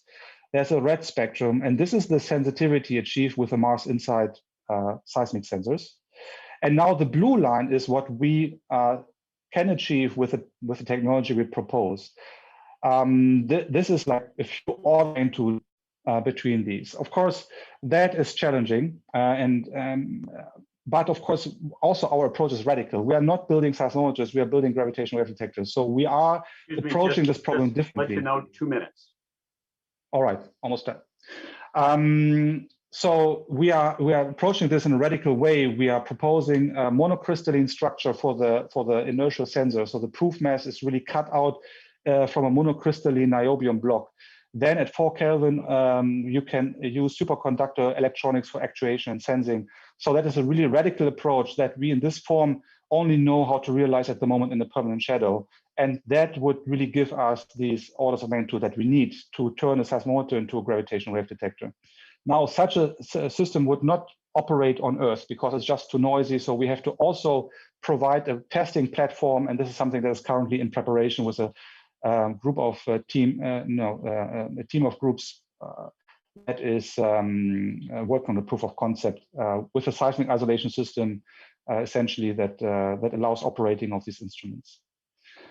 And yeah, so with all of that, here's the science that we expect to be able to do. So first of all, there are 2 better known curves. This is the LISA sensitivity curve, so the space-borne detector approved mission that we expect to operate in 2035 and later. And then here, for example, you have another sensitivity curve of a gravitational wave detector that we have proposed in Europe, the Einstein telescope. And so as you can see, there's a gap between these 2.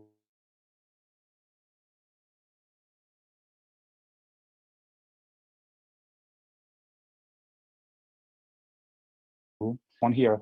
So for example, if you observe neutron star binaries in this frequency band, then you can give a warning to the ground-based detectors. And essentially the astronomy community can prepare for an upcoming merger of neutron star binaries and do their follow-up measurements with targeted searches. You can, the merger of white dwarf binaries happens in this frequency band as well, and this is potentially associated with supernova type 1a, so some theory could be tested here. And similar to LISA, of course, you would be able to see mergers of very massive, supermassive and massive black hole binaries and so on to high redshift. So there's a lot of interesting science that can be done. And well, at this point, I want to stop. Thank you. Very good, thank you. Exciting concept here. Let's see, do we have any questions that folks would like?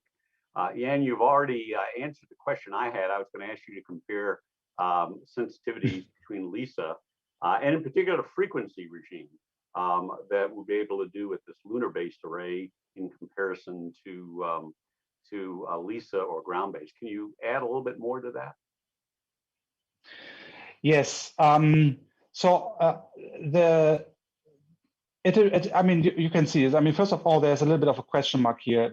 The point, it's very, very difficult to really understand what the moon is doing at these frequencies. But it is, for us, very important because LISA is really detached from the ground-based detectors. And people have done in the past studies, how can we close that gap? And there were some concepts proposed, much more complicated and expensive for sure, like, for example, the SIGO, a Japanese concept, or in the past, even in the US, people, NASA was asking a few researchers to say, what does it take to observe gravitational waves in the span? And it was called the Big Bang Observer. And all of that is possible, but really technologically very, very challenging and current, decades probably away from being realized. And so the lunar gravitational wave antenna might get there with already quite interesting sensitivity. Of course, something like the SIGO or Big Bang Observer that was, looked at in the past, or in, the SIGO is still something under study in Japan. They would achieve much better sensitivity than LGWA in this band. But anyway, there is for sure a time where LGWA can provide very interesting observations in that band already. Very good, thank you. Thank you once again for an excellent talk.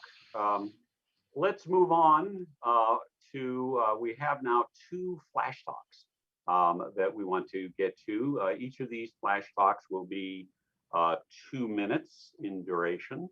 So Ethan, if you could go ahead and share your slides and get you set up. So Ethan Ayeri from the University of Colorado is going to talk about visualizing ring currents with a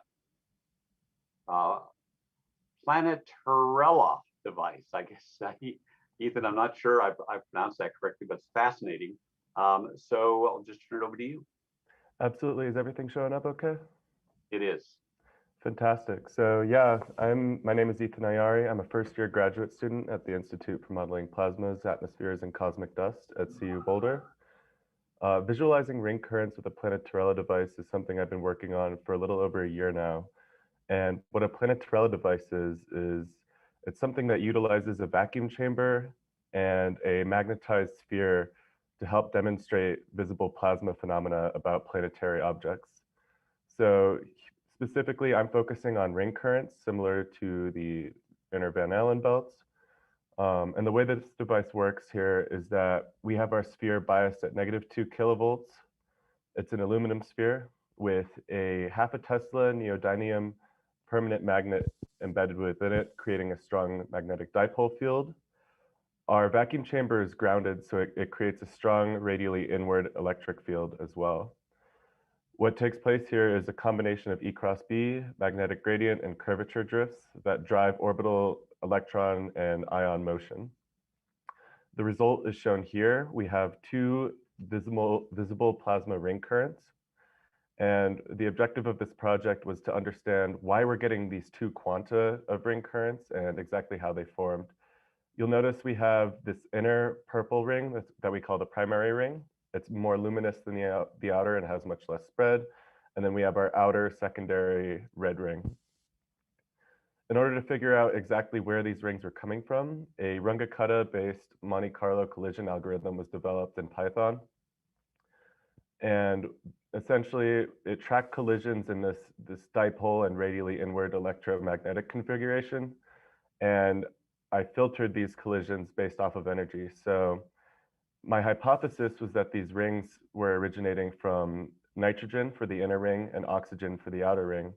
So what I decided to do is I segregated my collisions based off of higher energies. So if Ethan, could you wrap up? Your 2 minutes is up.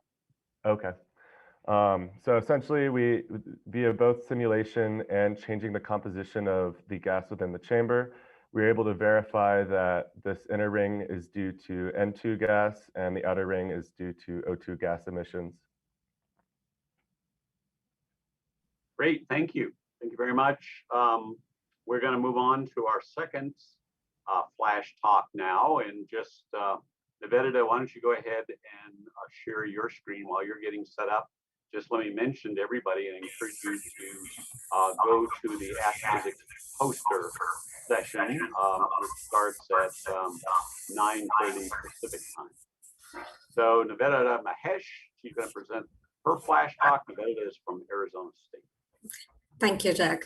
Hi, everyone. My name is Nivedita Mahesh, and I'm a PhD candidate at Arizona State University. My poster focuses on analyzing one of the key aspects for FarSight. Now, Jack and Alex did a very wonderful job in introducing FarSight. As a quick refresher, FarSight is a probe-class mission funded by NASA to place a low-frequency radio telescope on the lunar far side. This will take advantage of one of the most radio-quiet zones in our inner solar system and enable science at frequencies we've never explored before. But for ease of deployment, the planned array design is a little unconventional. Like Alex mentioned, it's zigzag, and this introduces an offset between the antenna sensing elements of the same pair. This in turn will affect the response of the array and its science and imaging capabilities. But my analysis and study will ensure that this won't be a showstopper in FarSight's search for the dark ages and exoplanet habitability. I have analyzed and quantified the effects due to offset, and thereby on a model sky, thereby we can correct for them and improve the experience with the far side, or to improve the sensitivity of the far side while taking advantage of the planned deployment strategy. I'd be happy to talk about this in more detail at my poster session later on. Thank you for listening. Thank you, Nivedita. Very nice overview. Thanks to both of our students for excellent flash talks. And as Nivedita said, please join our poster session coming up at 9:30 Pacific time. So we have about, I would say, 5 minutes or so for some general discussion. So really want to throw this open to the floor for conversation now. You can either put questions into the chat, questions, comments, and I can read them, or raise your hand and I'll call on you and you can unmute and ask the questions directly. So anyone like to kick this off to begin? Nivedita, I think you're still sharing your screen. Oh, I don't see it, Jack. I just see you. Yeah. Oh, okay. All right. I'm seeing something different here. But yeah, who wants to start off? So, you know, what we have going forward here is we've been talking about all this morning is really a set of guideposts or landmarks or roadmap to begin this systematic process of radio astronomy on the moon, starting off with just, you know, some very simple experiments going to things that are much more complex, like what Alex and Nivedita talked about and others for the far side array. We've had some good discussions, by the way, with folks in the ESA countries about collaborations between Farside and also some discussions that are taking place in Europe. I'd love to see more discussion about the potential between U.S. and European collaborations. If anybody wants to add a comment.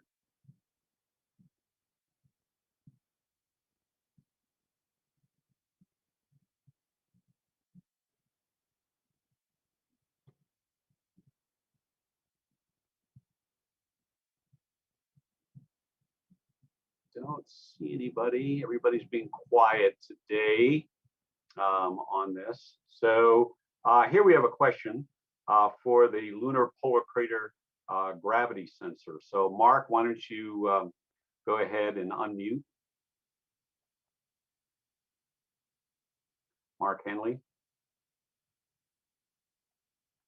Can you guys hear me all right? Yes. Okay, great. It's a question about the gravity gradient, or I'm sorry, the gravity gradiometer in the polar crater, and it was the power supply. I like power beaming, laser power beaming is an option, but there's a current NASA innovative advanced concept study of reflected sunlight, and there have been a few other ideas to reflect sunlight rather than converting power to laser, beaming it, and then converting it again into electricity. So has that been considered? Is that one of the options that you're thinking of, or is that a concept, or is it too far? This was over short distances, like maybe a kilometer, but not long distance. So no, actually, that's the first time I've heard of this idea, but I like it. Yeah, good point. You can avoid some of the conversion back and forth between light and energy and other energies. Yes, good point to think about. Yes, it might work well for us because our power requirements are quite low. So we believe that we can stay, let's say, under 200 watts for the entire setup. Mm-hmm. So good idea.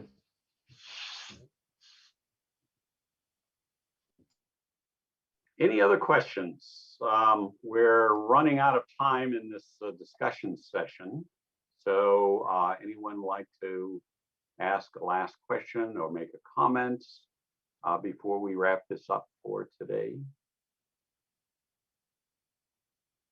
Actually, Chuck, I had a general question. I think this is alluding back to someone else asking, with all the more missions going from Europe and US, that the lunar far side might not be as radio quiet with the different missions. Is it possible, or are they thinking on the lines of, can we timeshare between the different missions, or would that reduce our sensitivity when we're going for, we need more data?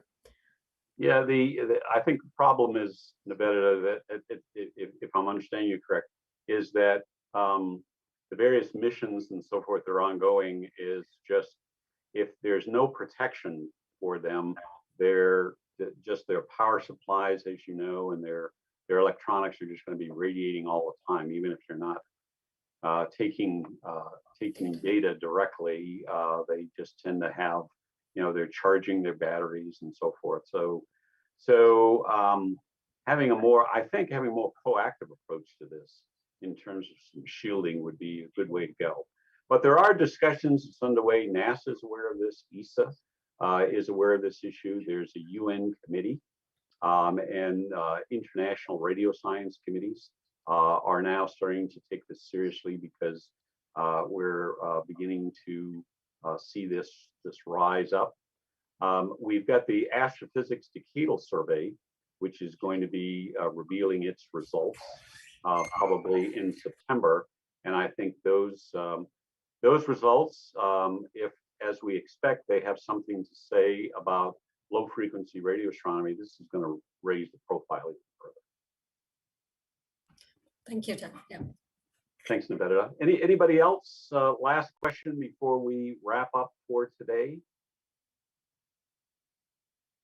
So Ethan Ayeri asked about the timeline for Farside. Let me just say that we've baselined this for later in the decade, the time frame about 2028 or so.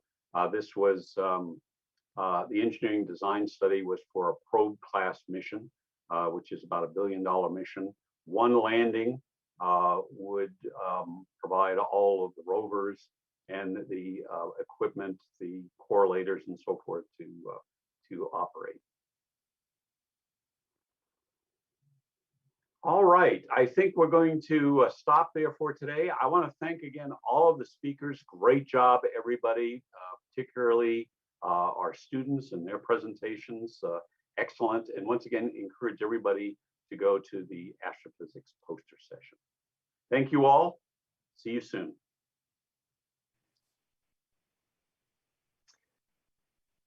Hi, everybody. I have one more announcement sort of to make. At 9:15 back in this room, we're going to be able to play that video that we weren't able to play earlier this morning, the one that Isabel and Ryan had put together. So if you wanted to go take a break and come back and watch that, we're going to do that at 9:15. Ryan is going to do a little introduction to that, and then we're just going to play it back. Thanks, Ricky. Thanks for your support as well. Oh, you're welcome.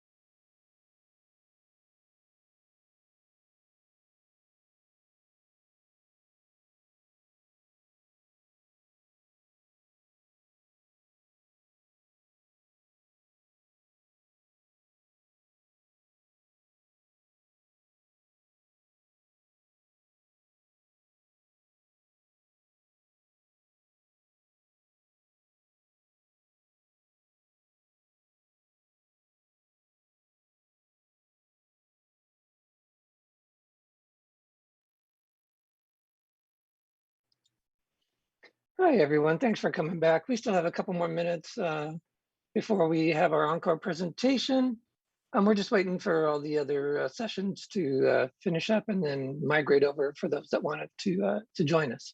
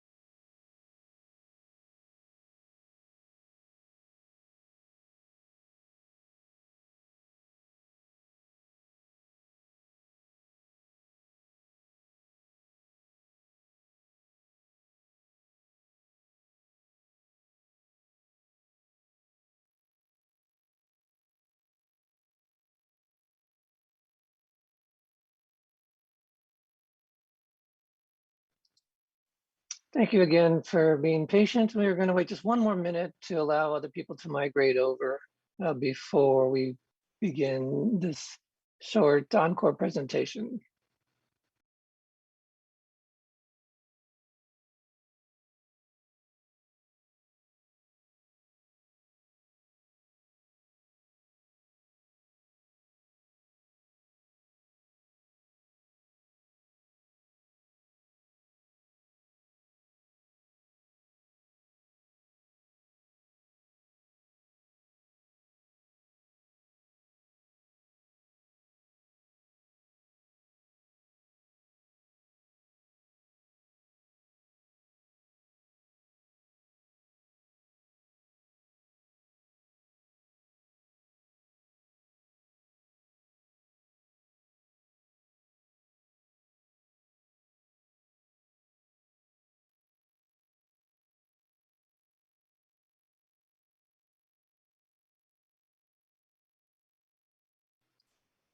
Okay, we've reached our 9:15 time. I'm gonna hand it on over. I'm not sure if Greg or Ryan will be taking over at this point, but whenever you're ready, you can do the introductions. Great, I'll thank take it you. over. Oh, Oh, great, great. Greg, You're sorry. on. Okay, I didn't have excellent, my video on, excellent. sorry. Over to you, Ryan. Yeah, I don't have a real formal introduction planned for this, but yeah, so this is a video we were going to share at the end of our presentation, just ran out of time. We put this together as part of Mothers in Science a couple months ago now. It basically just outlines the maternal wall and issues facing mothers in STEM across the globe. So I'll let the video speak for itself. It does a pretty good job of it. And Ricky, you have the video, correct? Oh, yes. Okay, great. Well, then I will let you play it.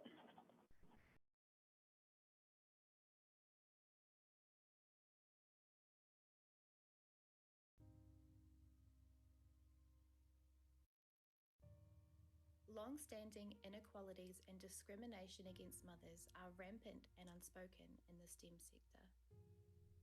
It's time to break the silence and take action. I was accused of showing insufficient passion for my work because of taking parental leave and had a fellowship terminated as a result. I was fired on the first day after returning from maternity leave. Then, not long after, I received an email from this individual saying that they wanted to stop our collaboration completely because he felt it best I, quote unquote, concentrate on motherhood. I was told directly that I was passed for promotion due to concerns that I would be distracted because I was a single mother. Over 34% of mothers globally leave full-time STEM employment after having children, and this contributes to the underrepresentation of women in leadership positions. Why? Unlike their male counterparts, women's personal lives are unjustly seeping into their careers without permission or justification. One boss didn't allow me to take shifts in the ICU after I came back from parental leave, and another fired me after learning that I was pregnant. I was bullied about breast pumping on multiple occasions. I was told by my advisor at the end of my first year as a doctoral student that, and by the way, she was a woman, I was too pretty and chirpy, her exact words, to be in a doctoral program, and I needed to drop out of the program. And then I needed to get a job and start a family. Due to this maternal wall, mothers in STEM receive lower salaries, are less likely to be promoted or hired, and are perceived as less competent and committed, all because they have children. My boss told me I should have mentioned my kids on my CV because he never would have hired me if he had known. My PhD supervisor was furious when I got pregnant and subsequently took me off the project entirely. I found out I had an abstract rejected from an international conference while I was on maternity leave because while I was on maternity leave, most of my collaborators had submitted an almost identical abstract to the same conference, and they had accepted that one and not mine. I was told that being a scientist is a full-time job that is not possible for mothers. At Mothers in Science, we are amplifying the voices of mothers in STEM as they battle for equal opportunities at work. Join us as we raise awareness of the structural barriers faced by mothers in STEM and create meaningful solutions for change and workplace equity and inclusion.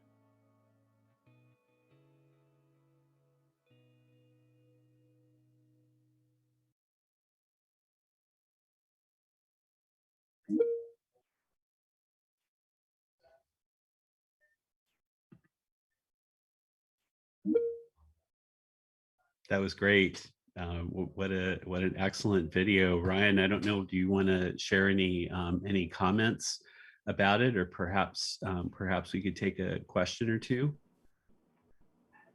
I'm happy to take a question or two if there are any.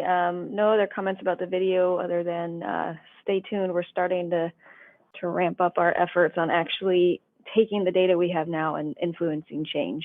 So, you know, what that looks like is going to vary place to place, but it is kind of the thing that we're getting off the ground now.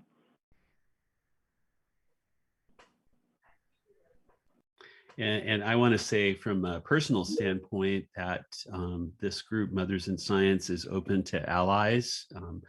Ryan invited me to speak at their conference this last spring, which I was very honored to do, and it's a very welcoming group, and I think that men can can and should be very much a part of the movement to create the change that's so needed. Yeah, and we very much appreciate your support, Greg. Yeah, well, you have it, that's for sure. All right, well, Ricky, thank you for the idea of presenting this at the break. That was great. And then also, I believe that it's going to be shown, or maybe you were just going to say this, it's going to be shown in Gathertown as well. I think that there's a screen that's being set up now. Yeah, exactly. We're gonna see if we can get a little video screen. Not sure exactly where we're gonna put it, but it'll pop up somewhere in the lobby area where you can walk up to it and watch the video at your leisure. Excellent. All right.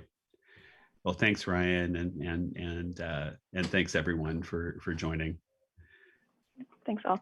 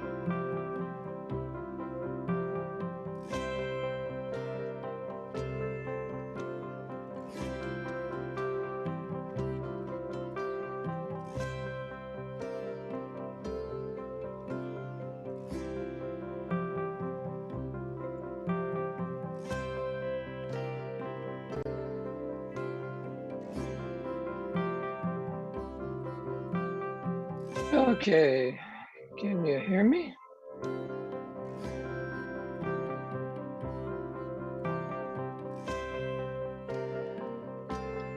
Yes.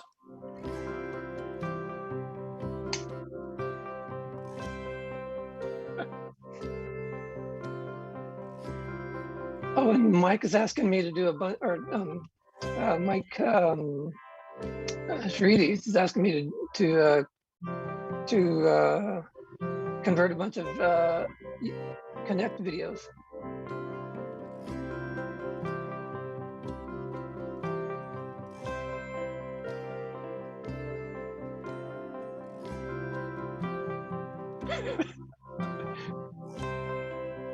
Yeah, there's a lot of content on there that somebody wants converted.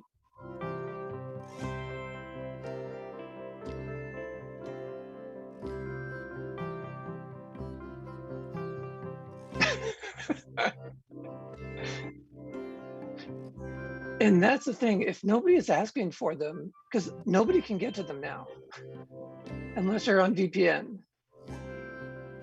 And so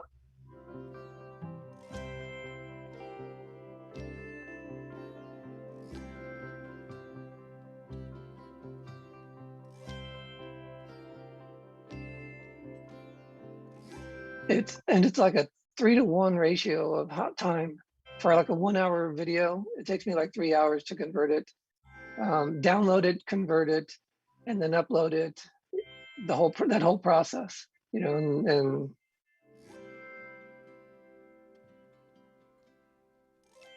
hey, when I upload it to YouTube, it's a 1080p.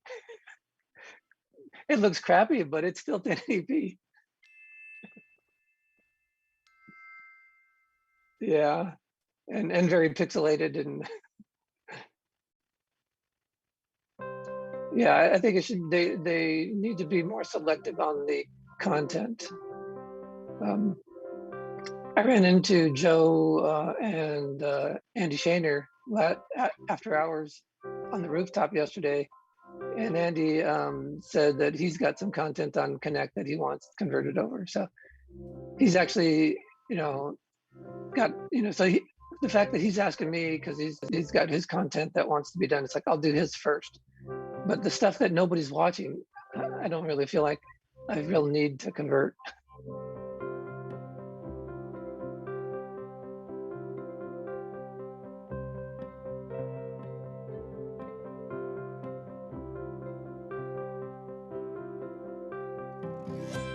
Yeah. Oh, yeah. We've had. Well, I think that's how we had some of our people who couldn't present live. I think they did it through PowerPoint, and then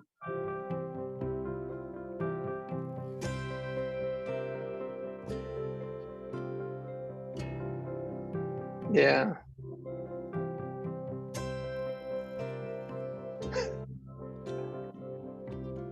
Yeah.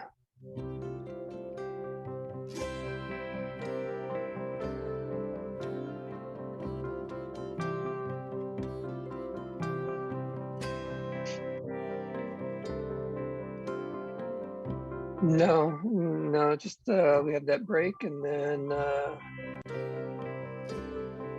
you know, we come back, we restart back up at 11:15 our local time here.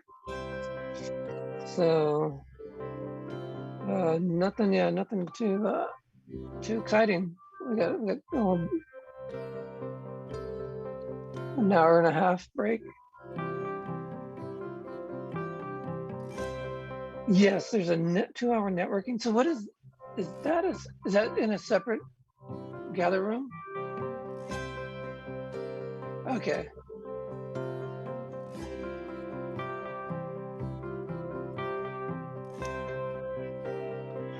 Because I noticed, yeah, when I joined initially, it gives me, you know, like this NESF 2021, and then there's the networking NESF ELS 2021. So just a quick link to the conference room area.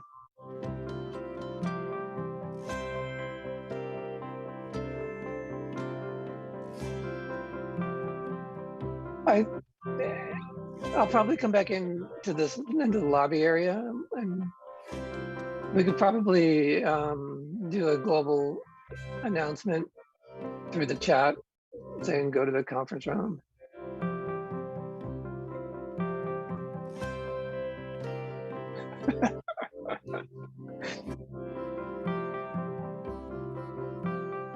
Oh, let's see, I'm gonna check that. I really like the find feature where you can just click on somebody's name and then it'll give you a little line right to them.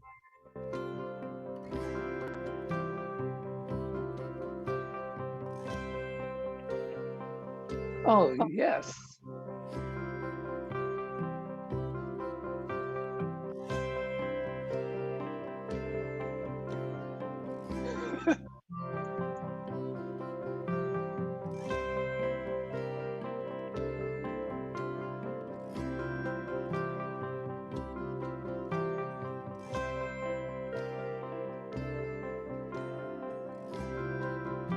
Yeah, hit the X.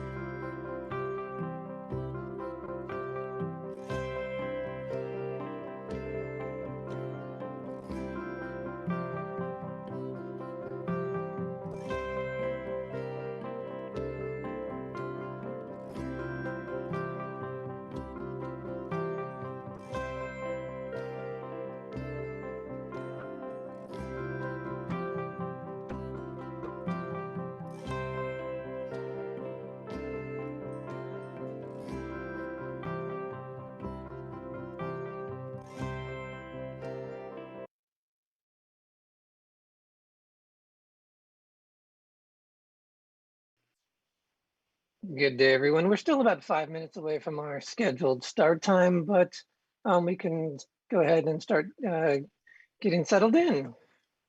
And could I get a sound check from Alexander and Jennifer? Thank you, Ricky. Can you hear me? Yes, great, thank you. Hi, Ricky, does that sound okay? Yes, yes, it does. Yeah, so we're good on that. We still got a couple minutes. Well, we still have about 5 more minutes before our scheduled start time, but you may do any introduction probably within a couple minutes of that start so we can get the presentations right on time. Okay. Can I try sharing mine and make sure the display is good? Yes, go right ahead.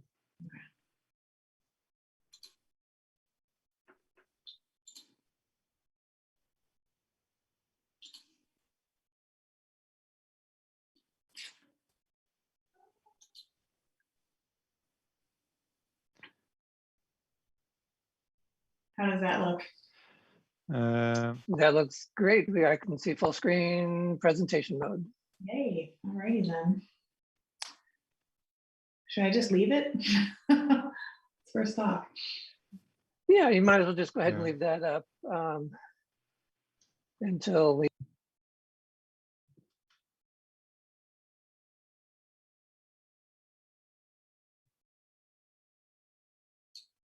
And Alexander, if you're good, I'll just say, I can say a few words to start, and then if you introduce me, I'll introduce you.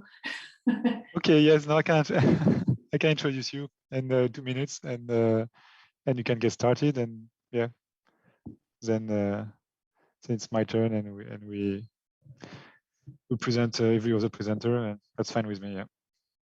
Okay, sounds great.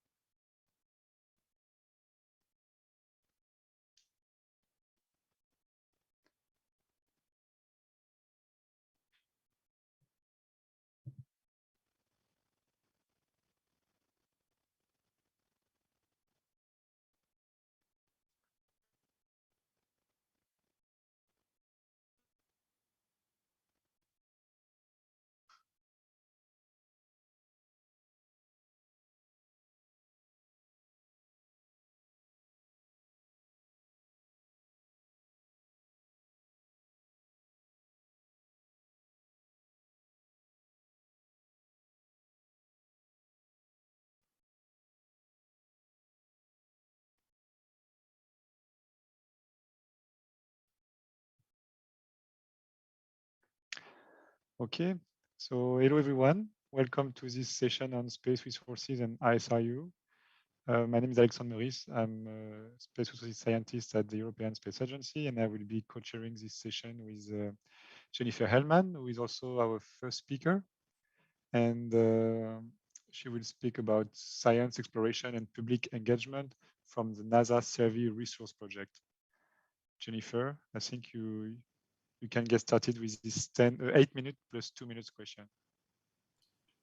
Great, thank you very much. Got my timer going, so I'll try and stay on time. So many thanks to you all for joining this session about ISRU. I'm going to take the next few minutes to tell you about some of the work that's going on under the resource project, which is a SSERVI team. So many thanks to SSERVI for funding and supporting this work. So the entire premise and sort of setting the stage for this session is that ISRU, near the sites where we have robotic and/or human missions, can enable sustained and affordable exploration of the moon, Mars, asteroids, and beyond. So in order to use the space resources, we need to know their location, their quantity, their distribution, and extractability. So some of the work that I'll tell you about that's going on under the resource project is looking at the operations and hardware associated with the different ISRU steps, including prospecting, excavation, transportation, processing, that all have to be examined, tested, and integrated in order to enable effective ISRU. So I won't read all these words, but it's here for posterity. These are some of the key tasks that we're doing under the project itself. On the right-hand side, you can see some of the high-level topics as outlined in the SSERVI parlance. So some of the things we're doing, assessing and characterizing resource inventories on SSERVI target bodies, and working to develop a semi-quantitative mineral potential model to assess the resources, focusing on water ice on the moon, and trying to integrate the different data sets that we have to identify the form, the character, and the distribution of the resources. We're also doing some hardware development, ISRU technology development and testing. So I'll tell you a little bit about a prospecting payload to develop borehole instruments integrated with drill systems, and also some really exciting hardware development happening at NASA Johnson to look at the entire ISRU water processing system. We're also doing a lot of work to understand how we would conduct these robotic and human missions, looking at concepts of operations, capabilities, and the human-robotic interactions. So we're looking at things like augmented and virtual reality, human-machine collaborations, human factors and engineering functional task allocations to try and optimize how we execute these missions. And then doing work on the future robotic mission support activities, specifically what you need in your ground data systems to make these missions happen. So just to highlight a few of these different areas, one is the application of geostatistical methods. So this is to build up predictive capabilities so that we can understand where these resources may be and if they're viable to use for ISRU. To do this, we partnered with the USGS, who has been prospecting for minerals on Earth for over a century. So what we're doing with USGS, you take the different data sets that we have in the Lunar case, for example, lay these all on top of each other and combine them to identify different areas of different resource potential, prospective, favorable, permissive, non-permissive, and trying to understand the certainty that you have with that and also the level of resource potential. And we're doing this, that's called mineral prospectivity mapping, MPM methodology. Use these data sets and weight them appropriately to determine how well or poorly you can predict where these deposits will be, right? We don't have ground truth everywhere that we might want, so we need to build up the predictive capabilities. And so we're really building on the terrestrial examples for how this is done in the mineral world and applying this to the moon, Mars, asteroids, and beyond. Another activity is looking at next generation drill development, for example. So we're looking at ground truthing and changing the paradigm for how we do this. We're bringing the instrument to the sample in this case, instead of drilling down and bringing the sample up to an instrument. So working with Honeybee Robotics is doing the heavy lifting on this part of the project, leveraging flight drills, the Viper drill, and instrumentation that's flying on multiple CLIPS missions and Viper. And so integrating a near-infrared spectrometer, a neutron spectrometer, temperature sensors, and a DSP probe and cameras into the drill itself. So as you drill down, you're collecting that data in situ and getting higher fidelity information and less sample handling and processing. Also, a really exciting project is using the PVEX drill, also through Honeybee. And so this is a coring auger that has heaters internal to the drill. And so essentially, as you drill down, you evolve these gases, and these gases then go back up to the surface, and then you can send them anywhere you want. Send them into your mass spectrometer for analysis. Send them to a cold trap for looking at production for ISRU processes. So there's an example down here where at Honeybee, they basically caught these volatiles in a balloon to show that you can go down, you can heat these volatiles, evolve them, release them, and then capture them after the fact. Here's some more hardware development that's happening at NASA JSC. Aaron Paz is the lead for this. And so essentially we're looking at using hardware for the entire end-to-end demonstration of what you would need to do for ISRU. So starting with the extraction process, capturing the water cleanup, the electrolysis, send through the oxygen dryer, and then liquefaction. So doing kind of the soup to nuts of what you would need to do, and using existing hardware where possible, and then development of new hardware as needed. There's some other work also looking at advanced capabilities. I'll just give you one example here, looking at virtual reality. So right now, this is work being led at MIT under David Newman and her group, focusing on depth data and imagery acquisition to render lunar landing sites in VR. So what we'd like to do is to have high fidelity data and information so that we can see these sites and do science analysis, right? So you can do measurements after the fact, and also use this data for tactical decision-making and traverse planning and making decisions during missions, for example, robotic rover missions. So just as a rendering of how this would play out, here's a video if it will play. There we go. So this is the concept where you have your rover on the surface of the moon, right? You've collected this data, and we're doing the trades right now to look at the optimal camera systems for collecting the data, you know, considering bandwidth constraints and comm, et cetera, et cetera. And then you can render your site in VR to do the science and to do the mission operations. And of course, if you've got this digital environment, you can overlay different layers and different types of data. So here we'll just put an elevation map on, for example. And then it can move around in here, and you can imagine that you're putting on multiple different types of data layers as well, including data that's collected from the rover. So we've been doing that as well, particularly with the near infrared and neutron spectrometers to start overlaying the data on the field site, and doing that in terrestrial settings at some of our terrestrial field sites, and then looking at the lunar application case as well.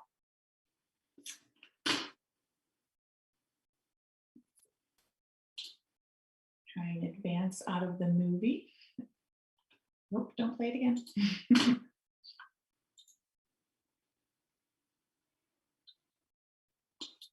Okay.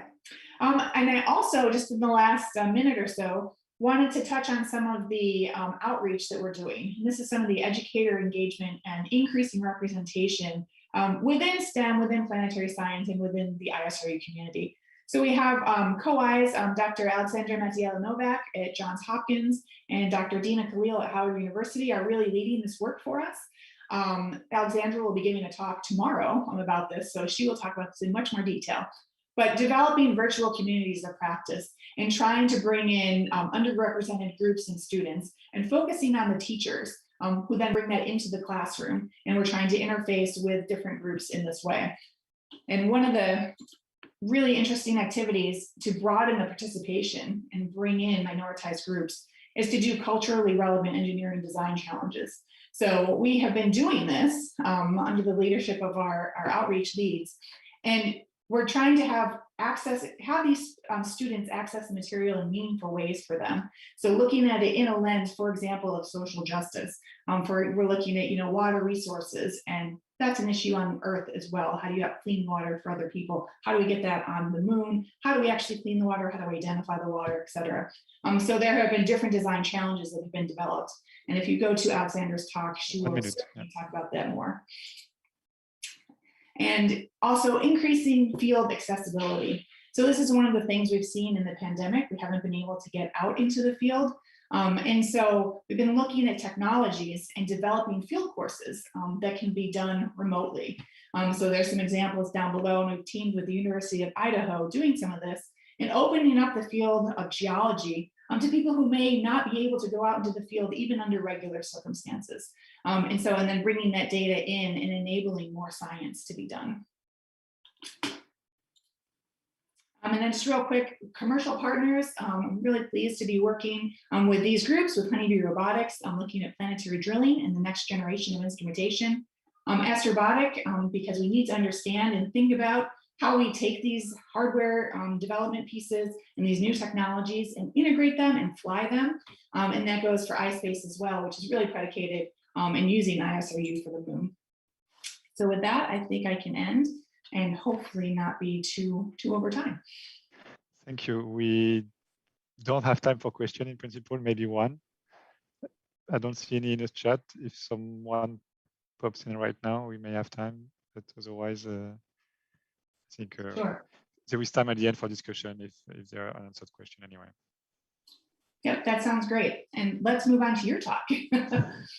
So my co-chair will be speaking now, progress understanding lunar oxygen extraction with the FFC process. So feel free to share slides and take it away. Thank you. Can you see, which slide can you see? It's coming. Yep, it looks like your title slide. It looks great. Okay, so you see the right one. Okay, thank you. So I would like to share with you the work I've been doing with my colleague at ESA and regarding the progress we did on this FFC process. So for those who are not familiar, the FFC Cambridge process is an electrolysis process where you insert your regolith as a cathode inside the molten salt. Usually it's based on molten calcium chloride. And then by applying some current between this cathode and an inert anode, or for laboratory or terrestrial application, a carbon anode, you can extract your oxygen directly by direct deoxidation. So then you will have your oxygen traveling to your anode and out gas as CO, CO2 if you have a carbon anode. But of course, on the moon, if you are interested in the oxygen, you will then use an inert anode to recover your oxygen as O2. So far, that's the only process who has shown, to our knowledge, the possibility to extract 100%. So the totality of the 40 to 45 weight percent of the regolith is oxygen. So this process has shown that you can extract all of it. So you end up with a byproduct, then you end up with a metal powder. So I think this slide, this picture of this regolith before and after has been shown by quite some people in our management before. But just to make things clear, this is really all the metals. It's not only titanium. So we are not relying on ilmenite or a specific mineral, but we are really able to extract the oxygen from every silicates and every mineral on the moon, to our knowledge. So the mixture you get in the end is a mixture of silicon, calcium, aluminum, iron, magnesium, and titanium. So at ESA in Netherlands, so at the center is called ESTEC, we have different equipment for advancing the research. So we have like 2 FFC reactor where we could have sample between 10 to 30 grams of lunar regolith. We have a mass spectrometer to analyze the gas we extract from it. But it's always good to cross-check what you have, the oxygen you have left in your material. So for that, we have a quantitative oxygen analyzer where we add some tiny piece of sample of partially reduced or fully reduced sample after it was processed by the FFC, and we can see how much oxygen was left inside. And for other testing and quick testing, we have a smaller scale setup. So the focus of our research was trying to lower the temperature of the process. Currently, it runs at 950 degrees. But at 950 degrees in calcium chloride, you have many issues regarding the material you can use for the anode, for the reactor. It is quite corrosive. And by lowering the temperature, you increase the number of material you could choose for every element you have in your cell. So we kept the same baseline, which is a 24 hours experiment of 24 grams of regolith. And we know that with this baseline, we can extract about, in principle, 1 gram per hour, so 100% of the oxygen. And we run, the baseline is also at 950. So then what we change, we try to find a way to lower the melting point. You can, since the melting point of calcium chloride is at 770 degrees, you can already get some margin here, but otherwise, if you want to get lower, you need to mix the salt with different ones. And that's why you have ectics as ectic points when you mix calcium chloride with sodium chloride, potassium chloride, or lithium chloride. So we now have different temperature where we can run at 680 degrees, 806, and 660 degrees, which was the lower temperature we tried with this different technique. And the result we got are on this table. So what you can see here is as we use pure calcium chloride, so when our baseline, we are close to 100% reduction with close to 90%, and with this 24 hours baseline.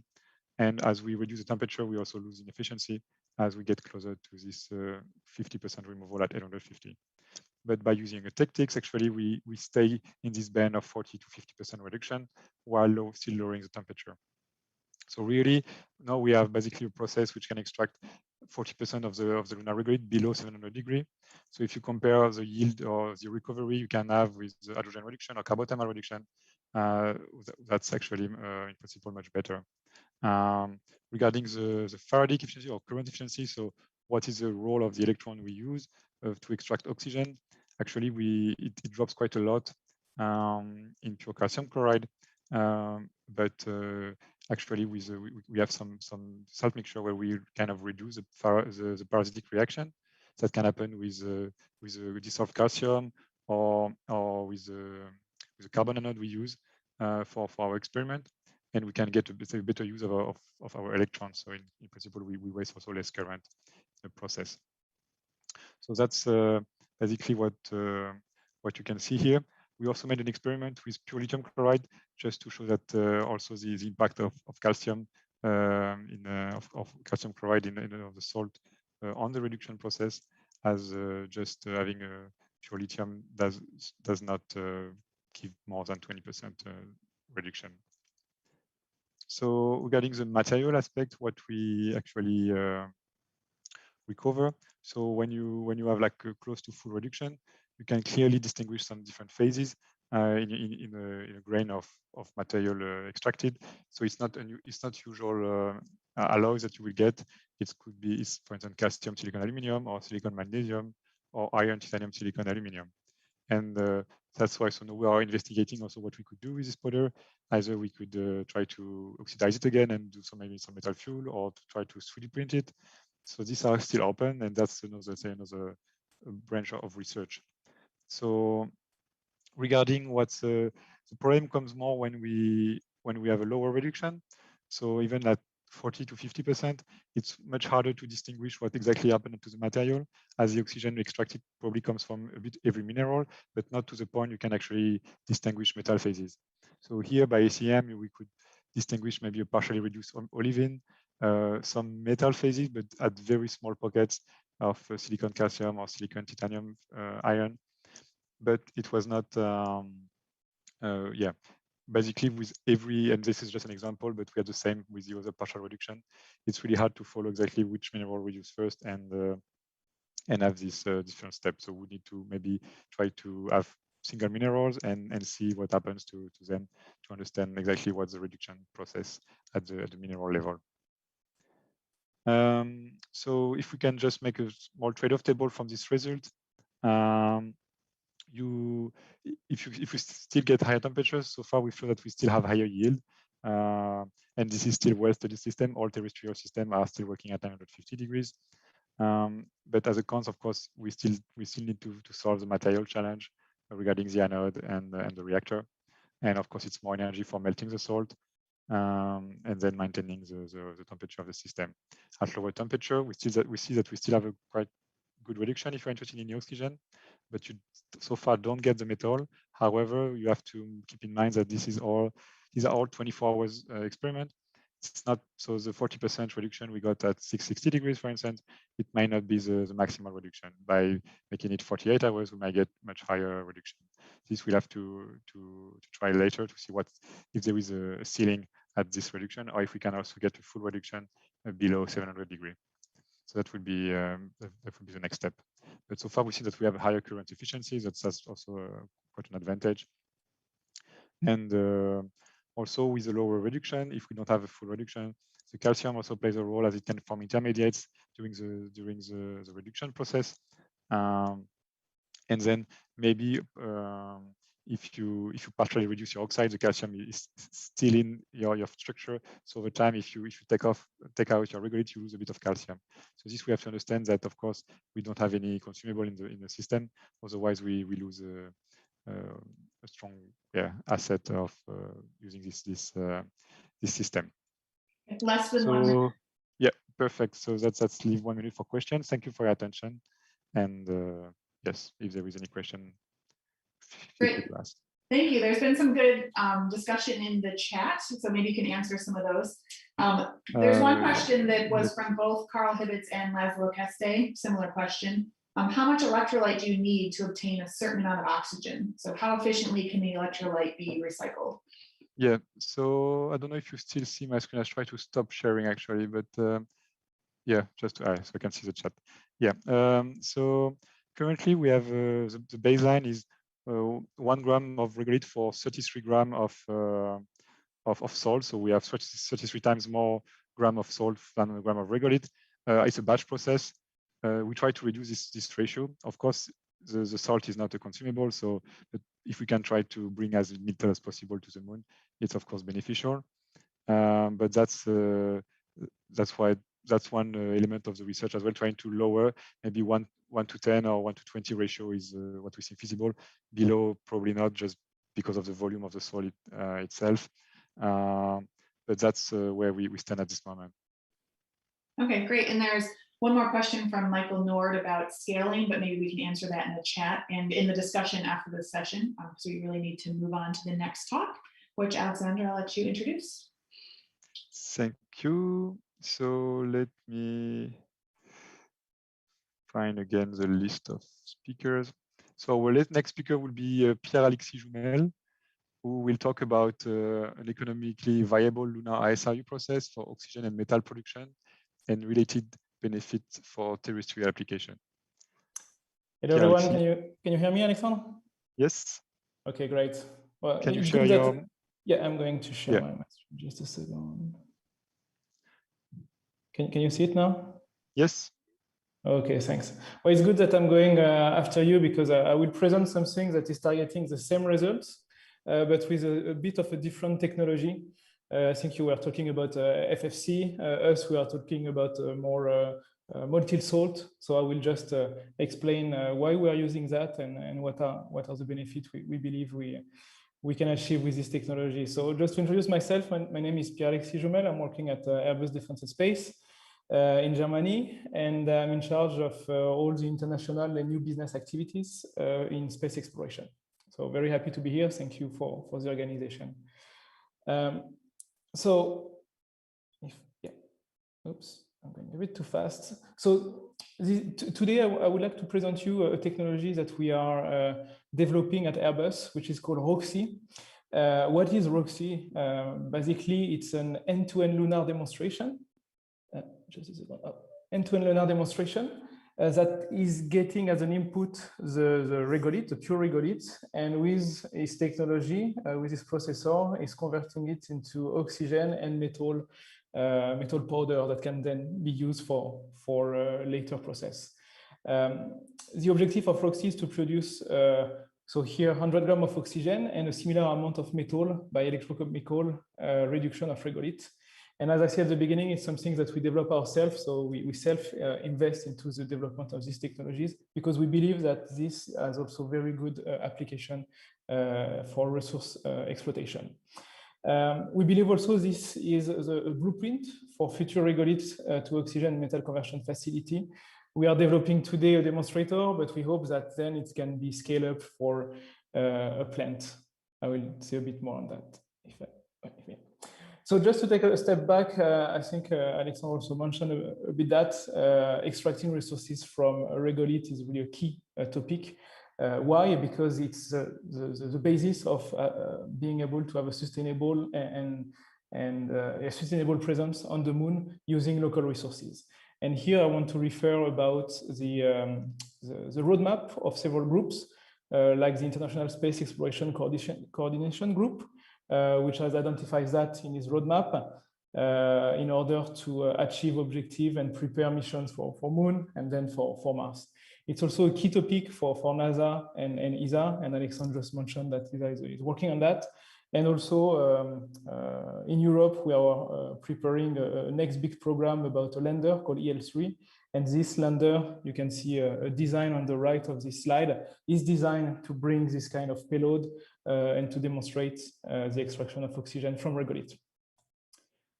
If I go a bit more into the detail of this ISECG roadmap, they see 3 steps in the implementation of a final plant.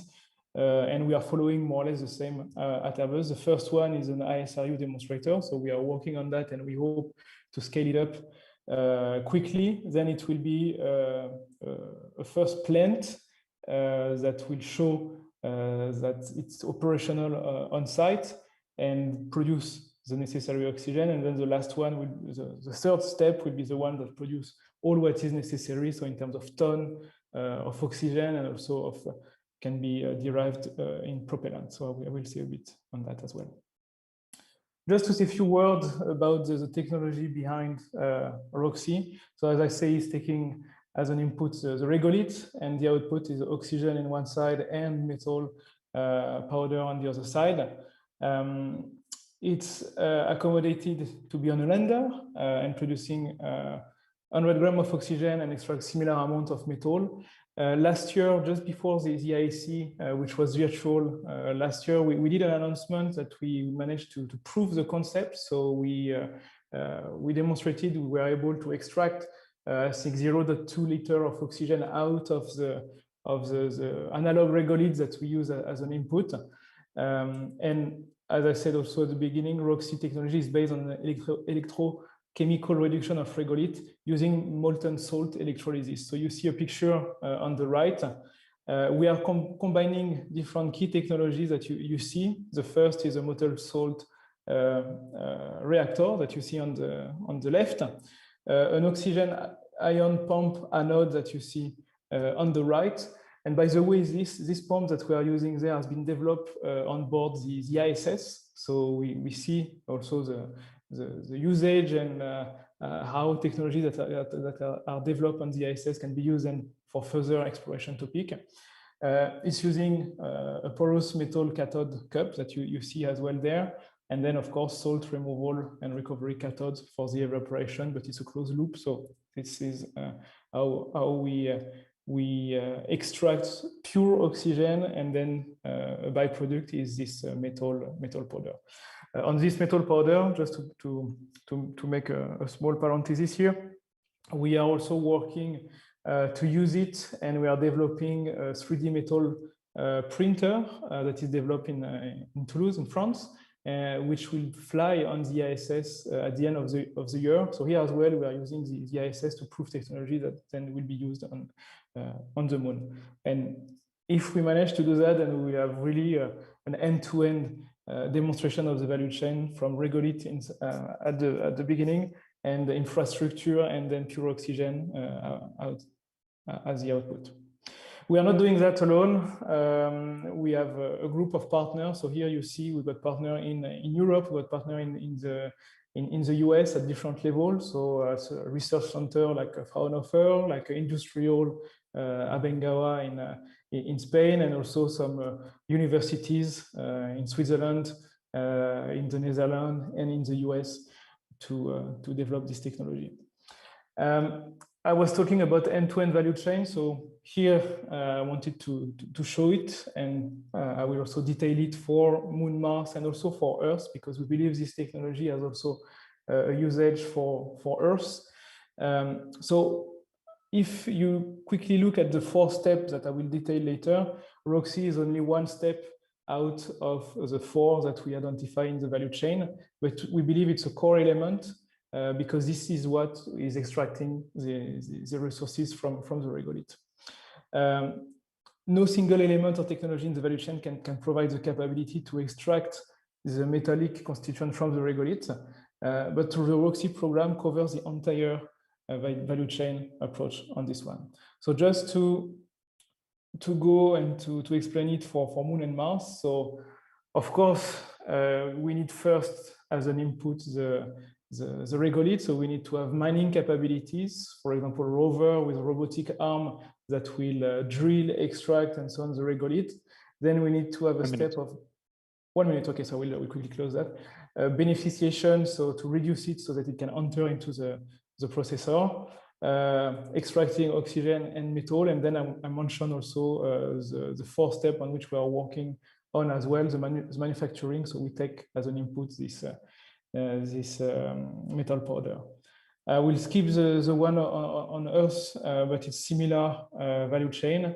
And here wanted to conclude on also the application of extracting oxygen and metal powder. So you see you need energy in the ROXY processor. But then if you extract water, it can be used, of course, for life support. But then if you can break it into oxygen and hydrogen, and then you can use it as propellant.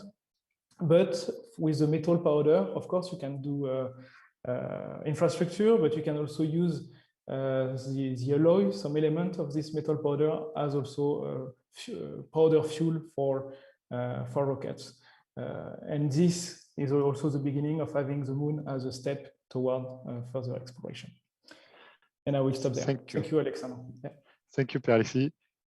We have time for maybe one quick question. I saw one from John Wlublewski. At what temperature does the process operate at? I don't think I got the data. I'm looking more detail, but I don't have this one. No, sorry. And okay, another quick one. Okay, and apart from electricity and regolith, what is the consumable of ROXY?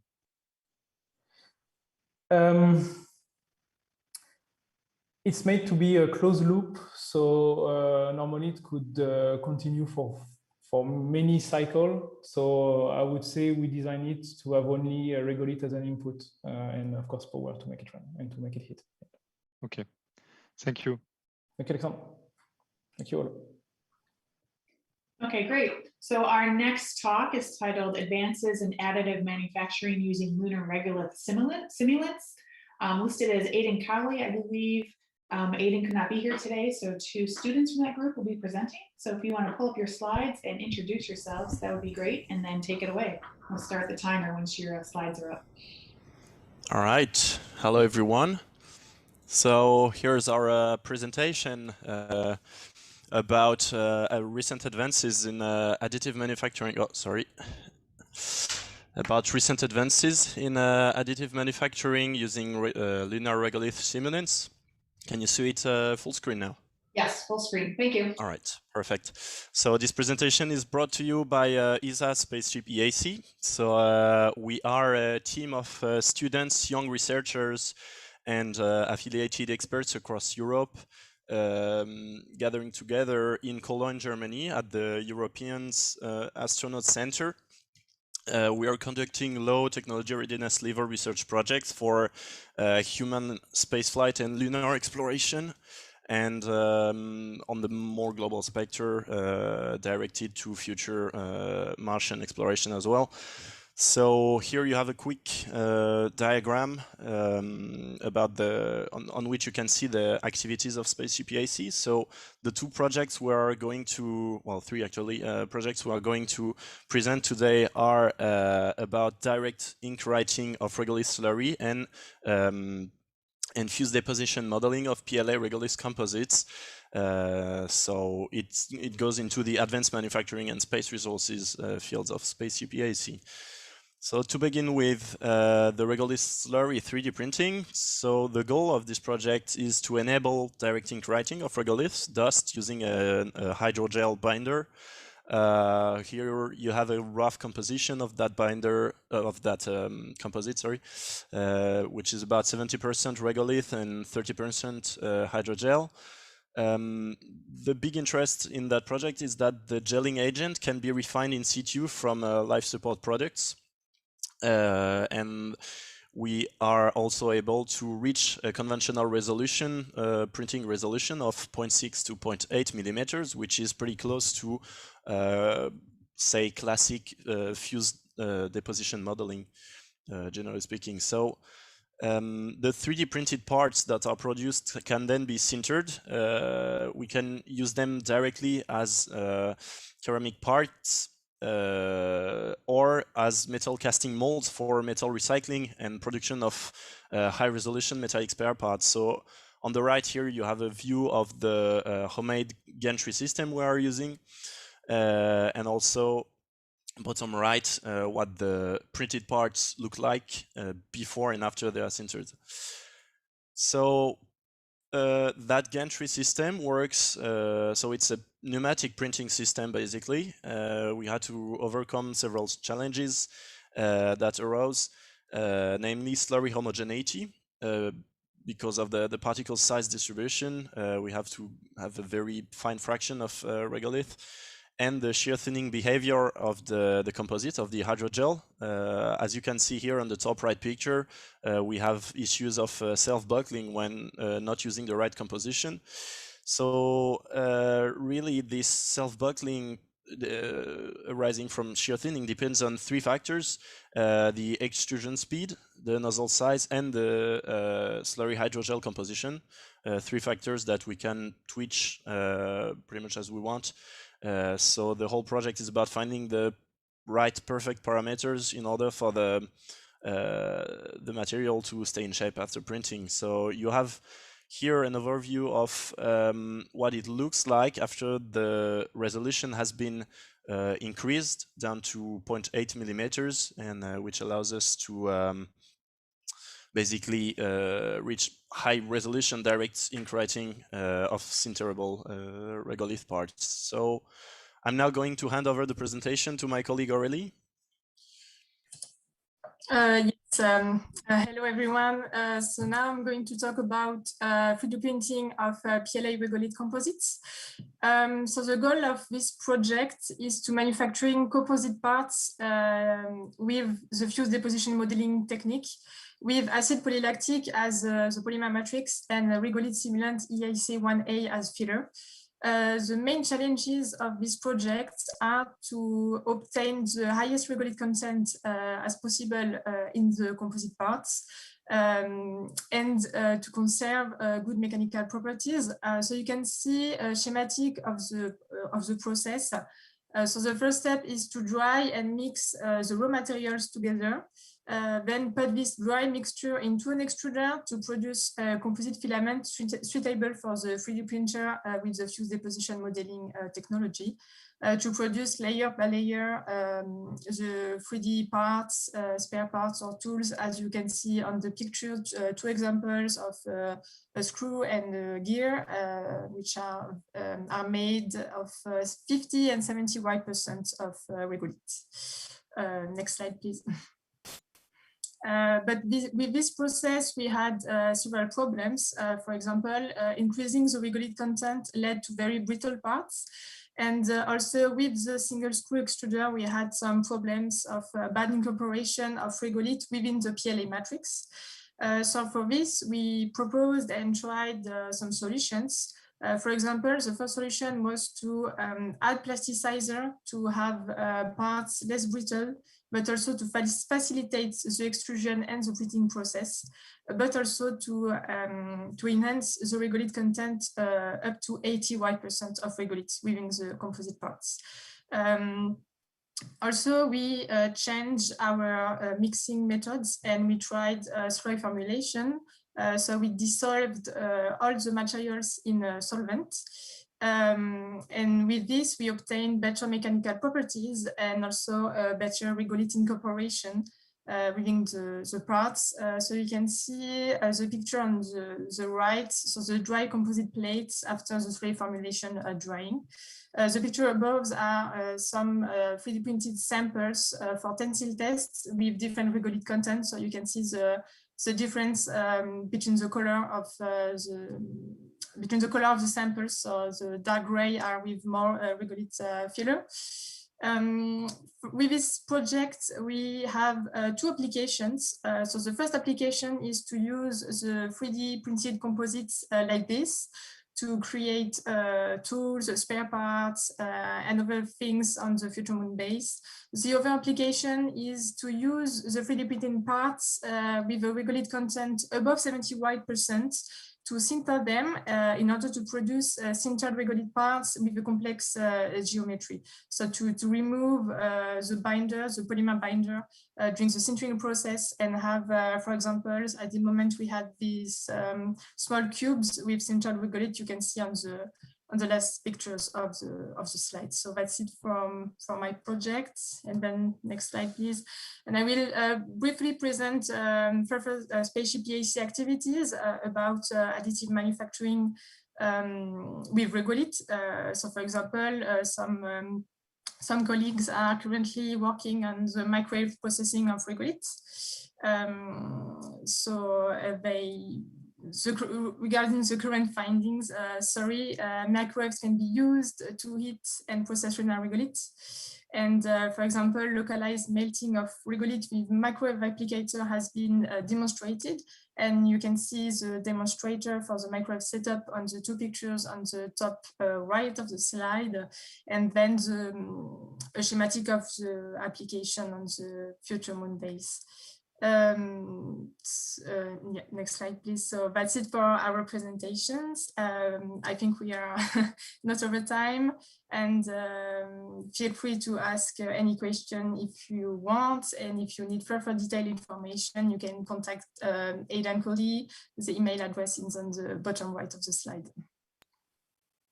Great, thank you very much. One quick question from Michael Nord. What are you using to sinter those parts? Is it off-the-shelf laser sintering machine or something else? It's a conventional tube furnace for our sintering experiment. Okay, thanks. And Natan, there's a question from Carl Hibbets in the chat. Maybe we can address that in the chat or after, during the discussion period. Absolutely, yes.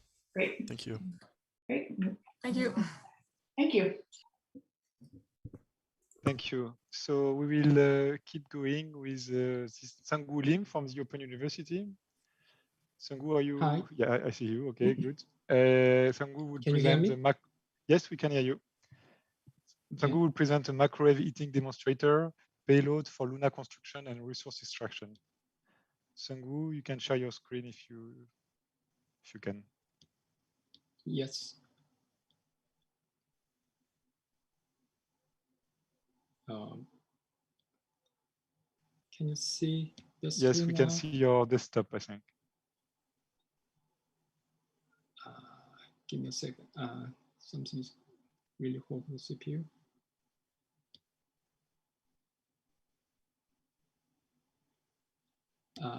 Okay. Yes. Right. So, okay.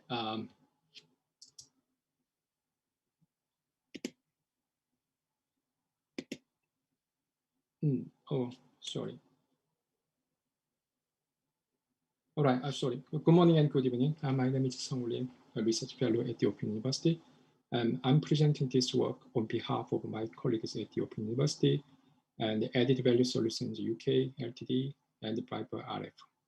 So today, I'm going to talk about the design progress of the microwave heating demonstrator payload to develop a microwave heating-based 3D printing technique as part of a lunar construction and resource extraction purpose. So some of you may remember the Open University's bespoke industrial microwave heating apparatus. We are investigating the potential of the microwave energies to heat, sinter, and melt the lunar regolith. So we designed and commissioned this equipment to properly measure the sample temperature and analyze the chemical composition of the released volatiles while the sample is heated under various input powers and cavity pressure. So we have done a series of experiments using this equipment. First experiment was done using JSC1A. As you know, it is a lunar regolith simulant, and with a various input power between 250 watt to 1000 watt. And each sample mass was 50 grams. And this experiment was done under atmosphere condition. So through this experiment, we have proved that microwave energies could sinter and melt lunar regolith and simulant with the input power as low as 250 watt. So as you can see from the video clip, I hope you can see the video clip, but looks like it doesn't work. So I'll just explain. And once the microwave energy is turned on and the thermal runaway kicks in, a hotspot appears like that, and the glow is instantly increased and moved around and heat the melted samples.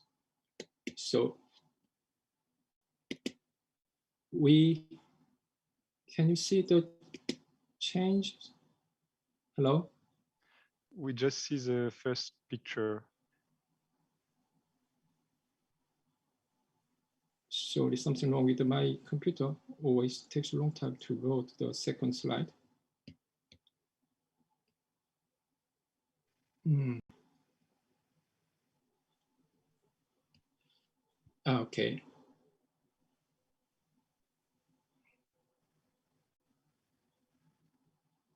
So I'm just explain. So that's a project. It might So be a bandwidth issue. If you stop your video, that might help with your screen share. Sorry, did you ask me to reshare the screen? No, if you stop your video, that might help with the bandwidth on the screen sharing. Yeah, unfortunately, everything is now is unresponsive. I can only hear your voice and probably my voice as well. You have the option at the top can now. I stop You should be able share? to. You can stop your video feed. Oh.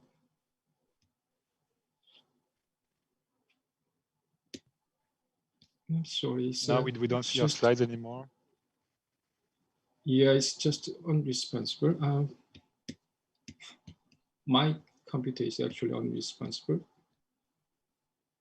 Okay, what should I probably need to restart my computer. Okay, shall we maybe try to get to the next talk and come back to you in the yes, talk that after? would be great. So yes, it depends please. if Chris Sackney is around. Sure. Yeah, I can do Mike jumping in. Yep. Great. So we'll come back to you at the end, at the beginning of the discussion period. We'll save a few minutes. Okay, thanks, Chris, for jumping in. Okay. It's a pleasure. Can you see the screen? Yes, if you could do present, that'd be great. And while Chris is pulling that up, we're very happy to have Chris Sackney here from Honeybee. He's sending multiple payload elements all across the solar system. Today, he's going to tell us about one of those, the Trident drill for Viper and Prime 1 to the moon. So go ahead, Chris. Thanks, Jen. Thanks very much for the opportunity. I'm going to talk about something that here at Honeybee we've been developing since 2005. So it's been for many of us a career. And pretty soon we're going to achieve our goal of actually drilling on the moon. We're flying 2 missions. The first one is in late 2022. The mission is called Prime 1, which stands for Polar Resources Ice Mining Experiment. And then pretty much exactly a year later, we are flying a Viper mission, which will also have a drill. Both of those missions, it's exploration missions. They go to the South Pole. The lander mission is going to land. It's a very short duration mission, couple of days. It's going to go around 1 meter down into the subsurface and bring samples to the surface for investigation by mass spectrometer called M-SOLO. A Viper mission, it's a longer duration mission, approximate duration of exploration is 100 days. Our goal is to not just drill 1 hole, but drill 50 holes if we have enough time.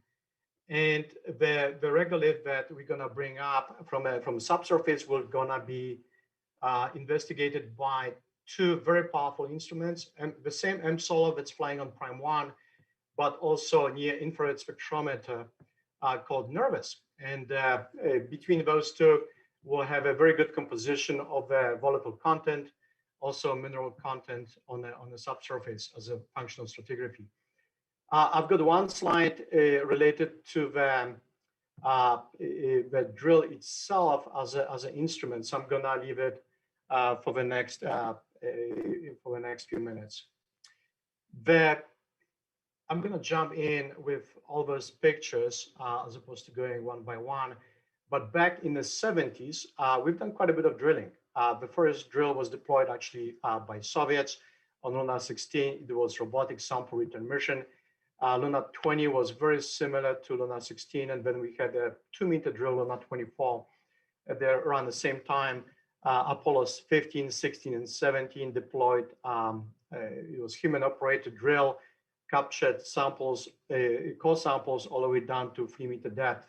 And there was absolutely nothing until last December, where we had a Chang'e 5 lander with a drill and the robotic arm. The drill, the goal of the drill was to go 2 meters below the ground. It was pretty much replica of a Lunar 24, Soviet Lunar 24 drill with a very clever sampling mechanism. Chang'e 5, I think, stopped around a meter depth. I think they hit a big rock, but they still captured a lot of sample from a top 1 meter depth and successfully returned it back to Earth. The Trident drill that I'm presenting here is, as I mentioned, is going to fly in Prime 1 and Vipid, big yellow stars. But then there are many other missions in a pipeline. Chang'e 6 is going to go to South Pole. Then we have Indian / Japanese mission, Lupex, that probably launch somewhere around 2025. Lunar 27 with a Prospect European drill will launch around 2025 as well. And again, Prospect is going to be launching on a CLIPS, NASA CLIPS lander, also around 2025. Other thing I want to mention is in 2023, we're flying a heat flow probe, which is new generation of drilling system that uses cold tubing. It's a metal tube that you essentially forced to from a drum and turn from a coil into a straight tube, and we're using gas to actually excavate. Bottom left-hand side, right over here, you have this beautiful plume of regolith being blown out. The goal of this drilling system is 3 meters, and we actually have done tests, and we can drill down to 3 meters in around 2 to 3 minutes, so super fast. And of course, we should not forget that Artemis is going to the moon with humans, and we're going to be also drilling with humans, deep core, acquiring deep cores. So a lot of excitement, a lot of things going on. Trident is a rotopercussive drill. Percussion is used sporadically whenever we have to go through icy formation. Normally, it's just going to be an auger. We have feed stages and deployment stages, which are cable-based, so they are very dust tolerant. Instead of having a screw pushing you down, we actually have a cable pulley, so you throw dust at it, and it's not gonna clog. And instead of bringing sample to a cup, we're dumping the sample on the surface for investigation. And we call this bite sampling approach. We essentially drill down 10 centimeter down, pull the sample out, brush off, dump the sample on the surface, solar nervous can investigate it. And then we go back into the same hole, capture another 10 centimeters, we bring the sample again to the surface. And as you see the pictures at the bottom, this cone gets bigger and bigger and bigger. And by doing so, we actually can preserve stratigraphy pretty well, because every 10 centimeters, you can get a bunch of sample. And in fact, as we keep on dumping the sample onto the cone, and above solar nervous view it real time, our stratigraphy is not only 10 centimeters, we can get even to a centimeter or less. From an engineering standpoint, this approach offers very low power drilling. A lot of power is required to bring the cuttings to the surface, and we're not doing it across a meter length. We're doing it in these predetermined 10 centimeter bites. So this has tremendous implication, not just for power, but the risk of getting stuck and freezing in and so on. So overall, it's a very good approach. We've done a lot of tests. We drilled over 30 holes at NASA Glenn in the VA13, which is a lunar chamber, with both solar mass spectrometer and NERVIS, near-infrared spectrometer, to determine whether this approach works and whether this approach works with the 2 instruments.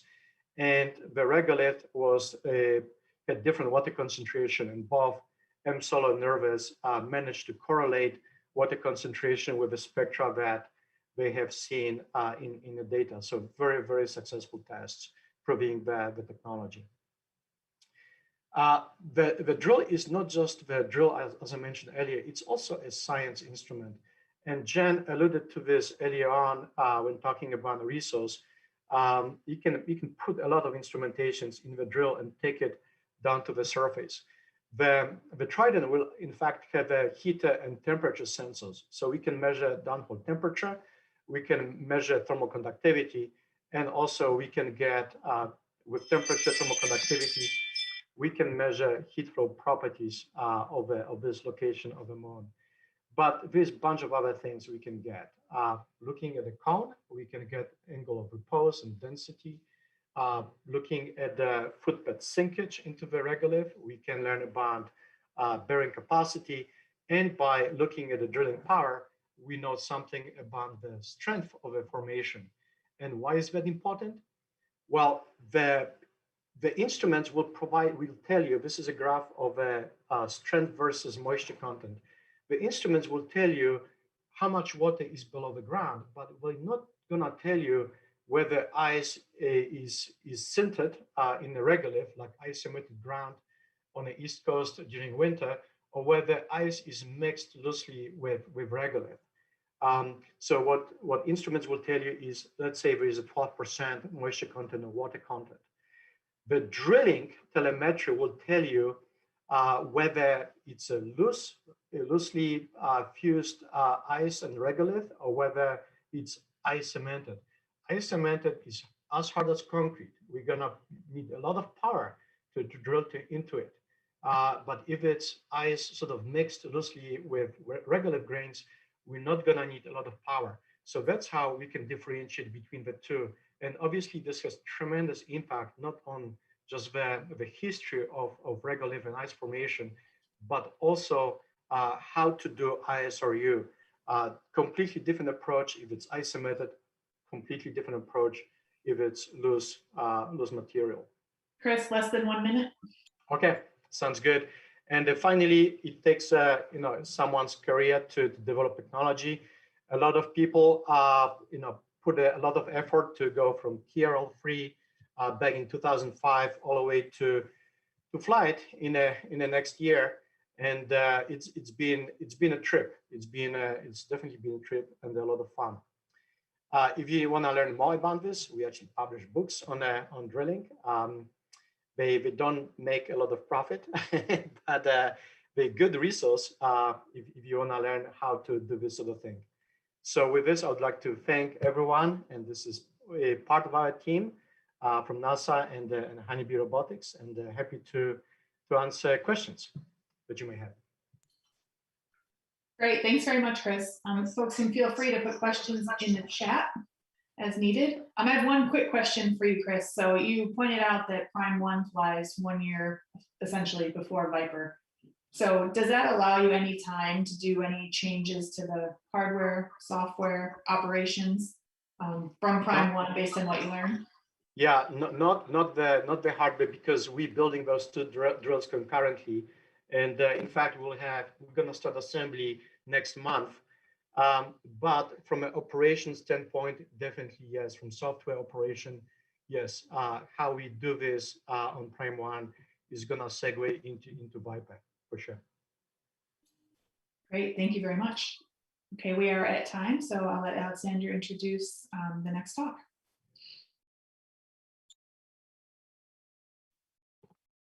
Hello. Is this going to be me, or is it? So I think we can try to go back to Sung-Woo Lim, who has solved the issue. Okay. So if you allow Sebastian, me. So Sung-Woo, should I if you can share my screen then? Yeah. Yes, please go ahead. Yeah. Sorry about the glitch, guys. So hopefully you can see it again.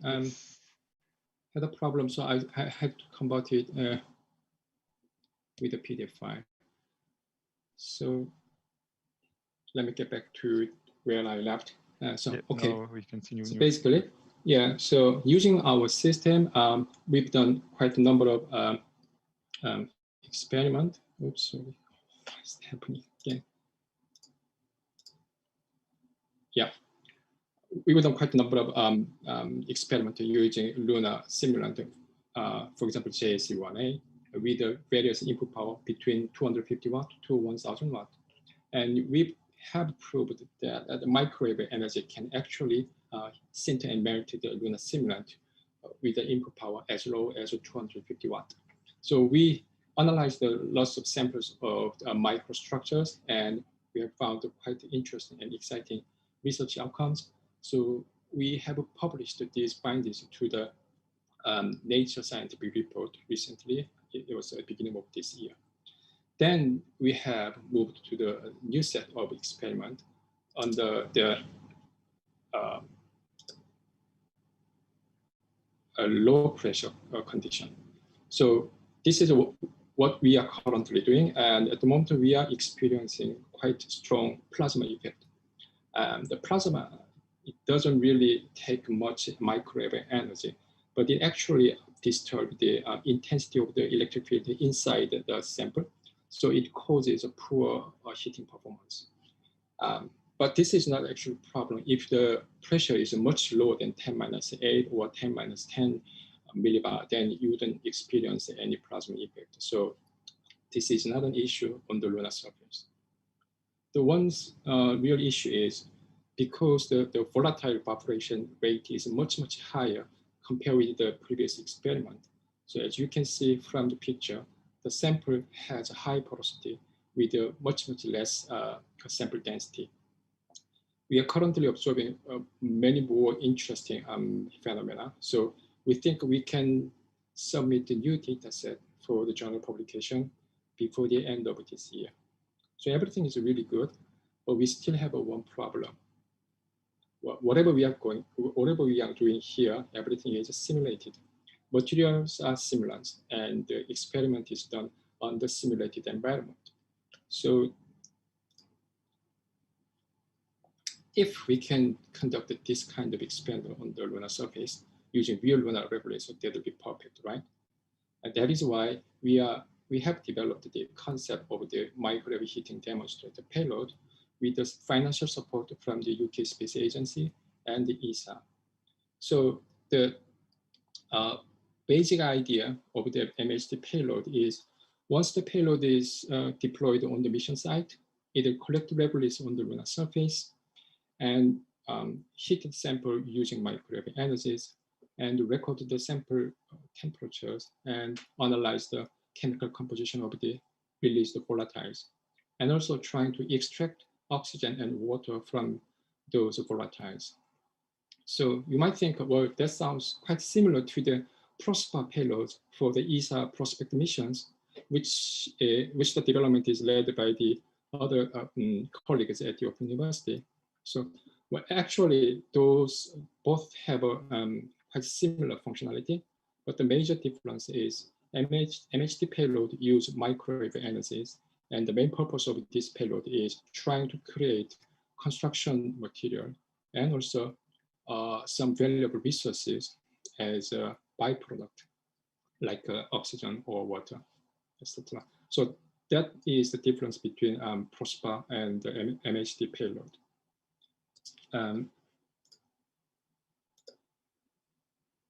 Sorry, what happened? So luckily, so far, we have secured 3 consecutive research grant and contract from UKSA and ESA. So with the first grant from UKSA, we developed the initial concept of the MHD payload. And during the second grant of from the UKSA, we improved the functionality and optimized the heating performance of the microwave cavity. We also increased the TRL of other subsystems that include sample collection mechanisms and the storage compartment designed as well. And since this April, we have started the ESA contract through the Open Space Innovation Program. And during this program, we are trying to further improve the microwave cavity's functionality and heating performance. And also, because we recently changed the sample collection mechanism, we will try to do a trade-off analysis of the new mechanism and add oxygen and water extraction unit attaching to the existing mass spectrometer subsystems, and also design final form factors of the rest of the subsystems and develop final packaging design as well. And to optimize the heating performance of the microwave cavity, we are doing lots of computational simulation. And during the simulation, we analyze the electric field inside the sample, and also optimize the electric field, and also observe and analyze the thermal runaway and the change of electric field by the sample temperature. We also simulated the hotspot positions and heating performance of the sample, trying to protect the other subsystems from the excessive heat transfer. So,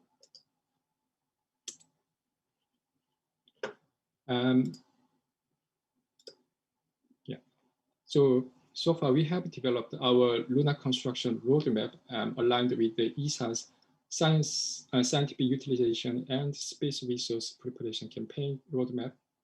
So if everything goes well, we hope our MHD payload is selected as one of the ESA's European Large Logistic Lander mission payloads.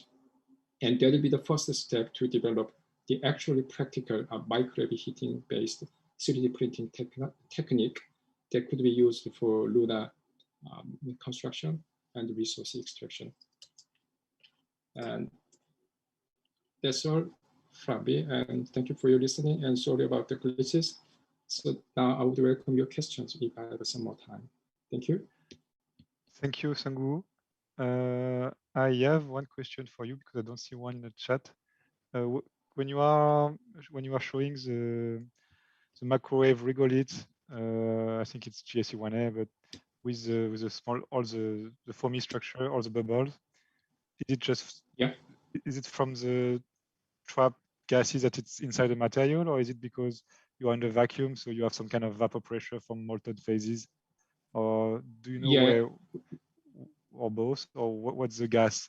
Before we microheat the sample, we actually desiccated the sample in the oven with 300 Celsius degrees more than 48 hours.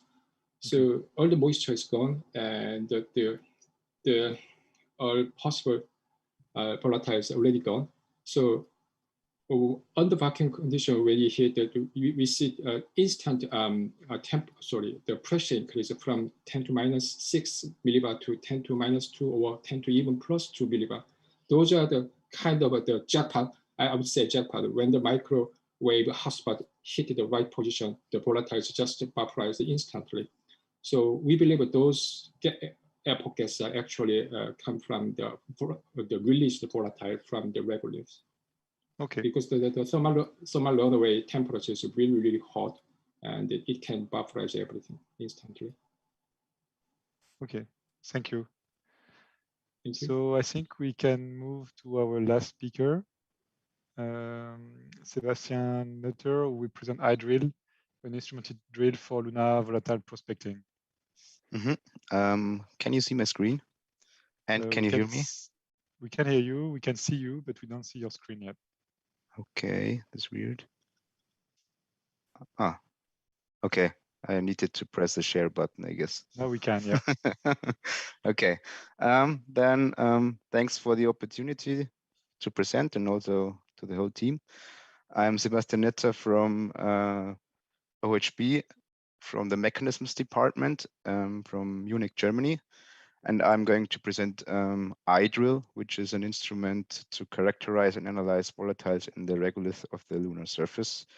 And maybe a short note to this picture here on the first slide. We didn't drill into lunar regolith simulant here, but in wet beach sand. And it looked quite nice, and that's why we put the picture here. Then, first of all, what was our motivation and the background? Well, for the in situ resource utilization, you need to know which resource you're going to face on the lunar surface. And therefore, our instrument is going to detect and characterize volatiles in the lunar surface and on shallow subsurfaces. And we want to go with near lunar landing missions. We don't have a flight yet, but we hope we will find one soon. And we want to go to the lunar polar regions, and we want to have a versatile and adaptable payload because we want to be adaptable to the mission we want to go with. Because of this needed versatility and adaptability, we also have a demand on our instrument for low resources in terms of mass, volume, and power. And what is also beneficial is an end-to-end lunar sample handling and analysis chain, which means basically we want our instrument should be able to take the sample and also analyze it and characterize it. Possible candidate missions are the LSAS mission, LUFMI, LUFMI-X, or iSpace-P, but basically any missions which is going to the lunar South Pole regions. I guess Chris also already mentioned some. What is the science case between this development? Well, water and water equivalent hydrogen was identified in permanently shadowed regions and also in higher latitudes. And stable water ice is present in the polar areas in depths less than 10 centimeters. Apart from that, the water desorption from regolith requires a temperature of up to 400 Kelvin, and from other elements, temperatures are required from up to 800 Kelvin or even more. And so we see that this, the scientific literature shows that there or indicates that there is an abundance of water on Luna, but yet we don't have any ground truth data, and we want to collect this with iDrill. And the working principle behind this mechanism is, well, we have a hollow drill shell, which you can see illustrated here. And you have then the ceramic heating rod in the middle. And this hollow drill shell is then drilled into the lunar regolith.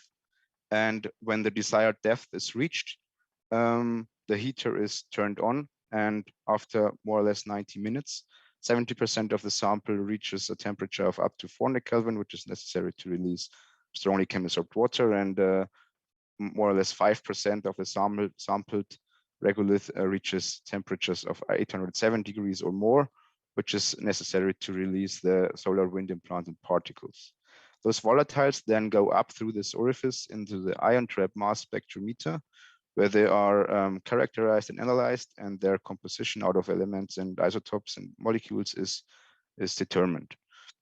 In addition, pressure sensors in this instrument provide an information with respect to the pressure and therefore give an indication of the abundance of volatiles in the analyzed sample. A short overview of the design. Our assembly can be separated in 3 subsystems.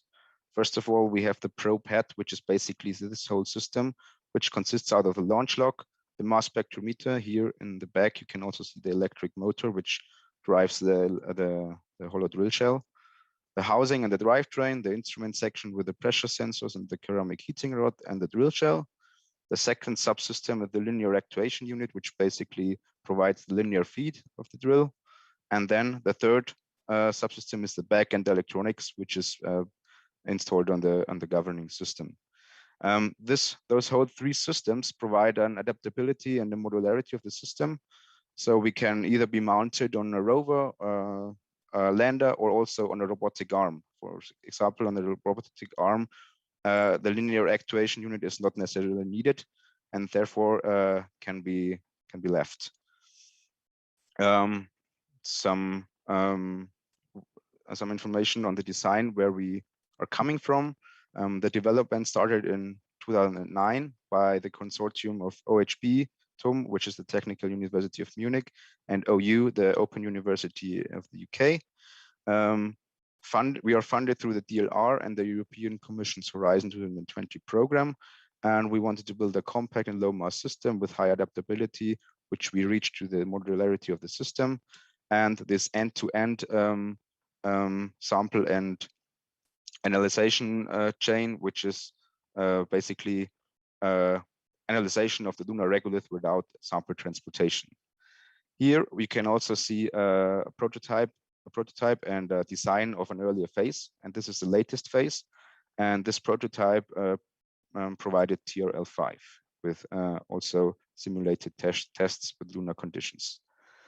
We already conducted several tests with lunar regolith simulant, whether our expectations were fulfilled. And this first test is with respect to penetration forces and torques. As you can see, it is exponentially dependent on drilling depth. And also it is very dependent on the speed ratio. Speed ratio means ratio between drilling speed, rotational speed, and feed. And as you can see, the drilling, when the rotor is drilling faster, then it's moving forward. There are much less forces exported, but also equally as less torques. And third point is that those two are very important control parameters, because exported forces and torques need to be counteracted by the carrying vehicle and are therefore also limited by it, or a certain threshold shall not be overpassed. Since we tested this in Earth gravity, the results are conservative, and we reached a drilling depth of up to 12 centimeters. But under lunar conditions, drilling depths of up to 20 centimeters are possible if the regolith is not too dense. Another test we conducted is with respect to the cross-contamination. We decided between two different scenarios or types of contamination. One is transfer of granular material, the other one is transfer of volatiles. The granular material cannot be avoided completely, because you can't prohibit any adhesion, or you can't prohibit that no adhesion at all is taking place, but you can drastically decrease it by rotating the hollow drill shell while you extract the drill. You can see this also in the diagram to the right. The upper one is without rotating while extracting, while the lower one is with rotation, and you see that the particle amount is drastically reduced. But in general, the granular material contamination is not that critical due to the order of magnitude between sample and the residual volume. The other contamination aspect is the volatile cross-contamination, and to reduce this, this is done by heating the drill once it is extracted, and by heating it, the volatiles found in the grains, which are adhesive to the drill shell, are released, and those volatiles can then escape through the opening of the drill. Yeah, regions of flexibility of our mechanism are, for example, the mechanical interfaces. As I already said, if you are mounted to a robotic arm, you don't need the linear actuation unit, for example, but also if you are integrated in a rover or a lander, the position of the mechanical interface between the linear actuation unit and the lander can be adapted. That is not a problem. Also, the drilling depth can be adapted by the stroke of the linear actuation unit. Another point which allows flexibility is the launch lock. For example, when you have a robotic arm, you don't need a launch lock like we have, but a launch lock where you can where you place basically the hollow drill shell in a kind of nest to hold it in position will also provide this launch lock functionality. A fourth point would be an additional vision system. This was already foreseen in an earlier phase, but not requested for idle. That is why it is not implemented here, but it would increase the science potential. And obviously you can manage the harness routing differently. And in conclusion, the design is based extensively on a tested breadboard and on significant heritage with exploration missions, for example, in ExoMars. The required functionalities and performances can be provided, and it is highly adaptable to candidate missions through the means I already described with the modularity and flexibility. So in the end, I want to thank you for your attention, and if there are any questions left, please feel free to ask them, and I hope to be able to answer them. Thanks. Right on time. Thank you. So we have one question from Julie Klein-Heinz. Sebastian, have you tested or done thermal analysis on your volatile capture method to show the volatiles will not be instead drawn down to the cold regolith beneath around the drill? I'm not the engineer who did the thermal analysis, but I can ask a colleague and ask the question by mail if necessary. And my contacts are on the next slide on the bottom right side. Yeah, I'm happy to help by mail. Thank you.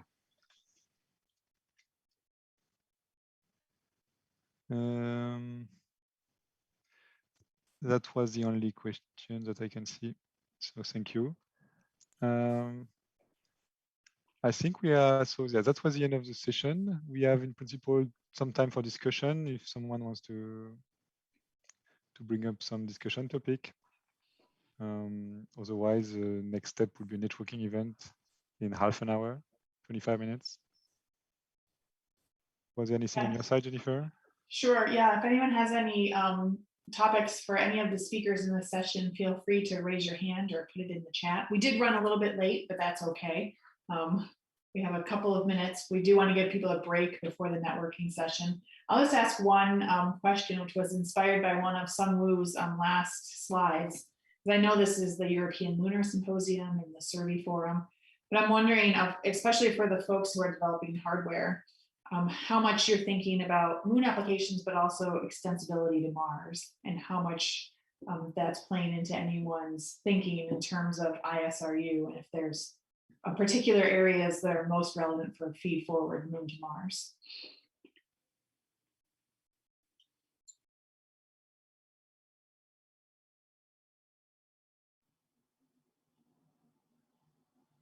Oh, sorry, did you ask me?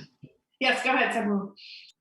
Oh, well, in terms of the budget, I'm not quite sure, but like if we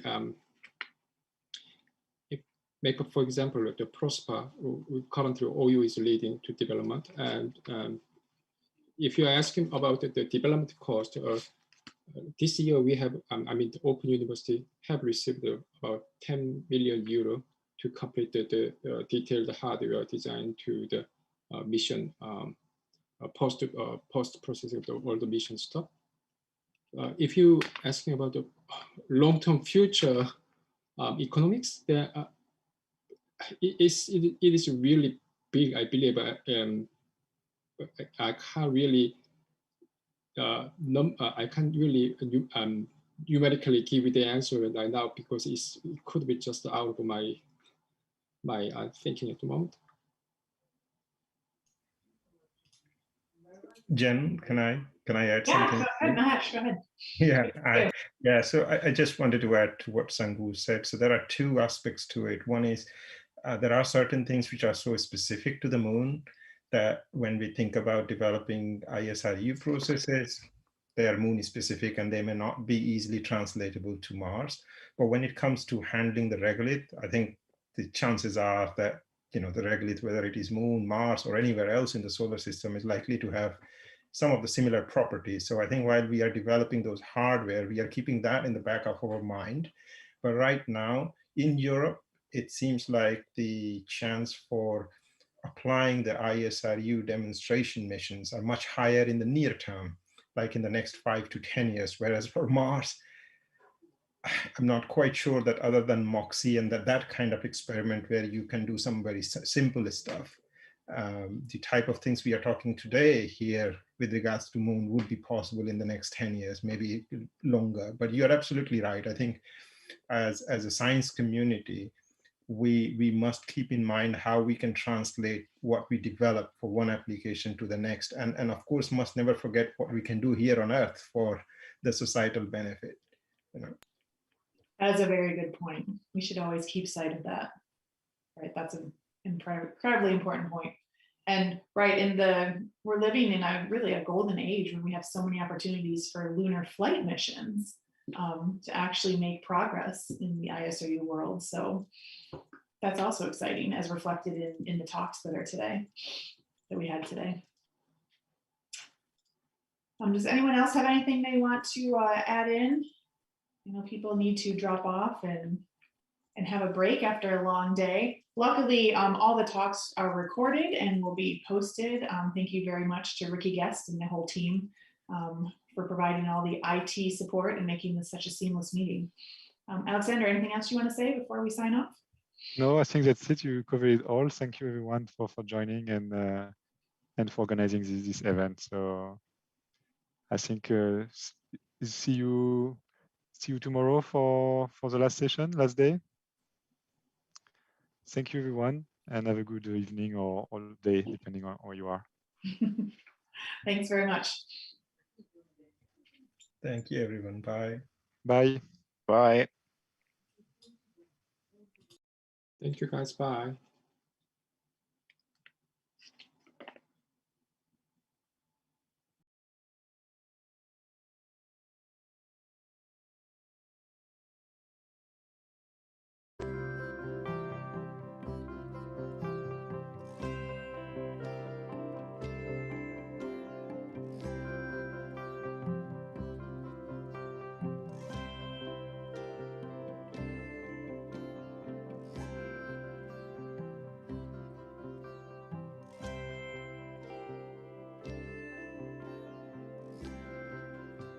Recording stopped.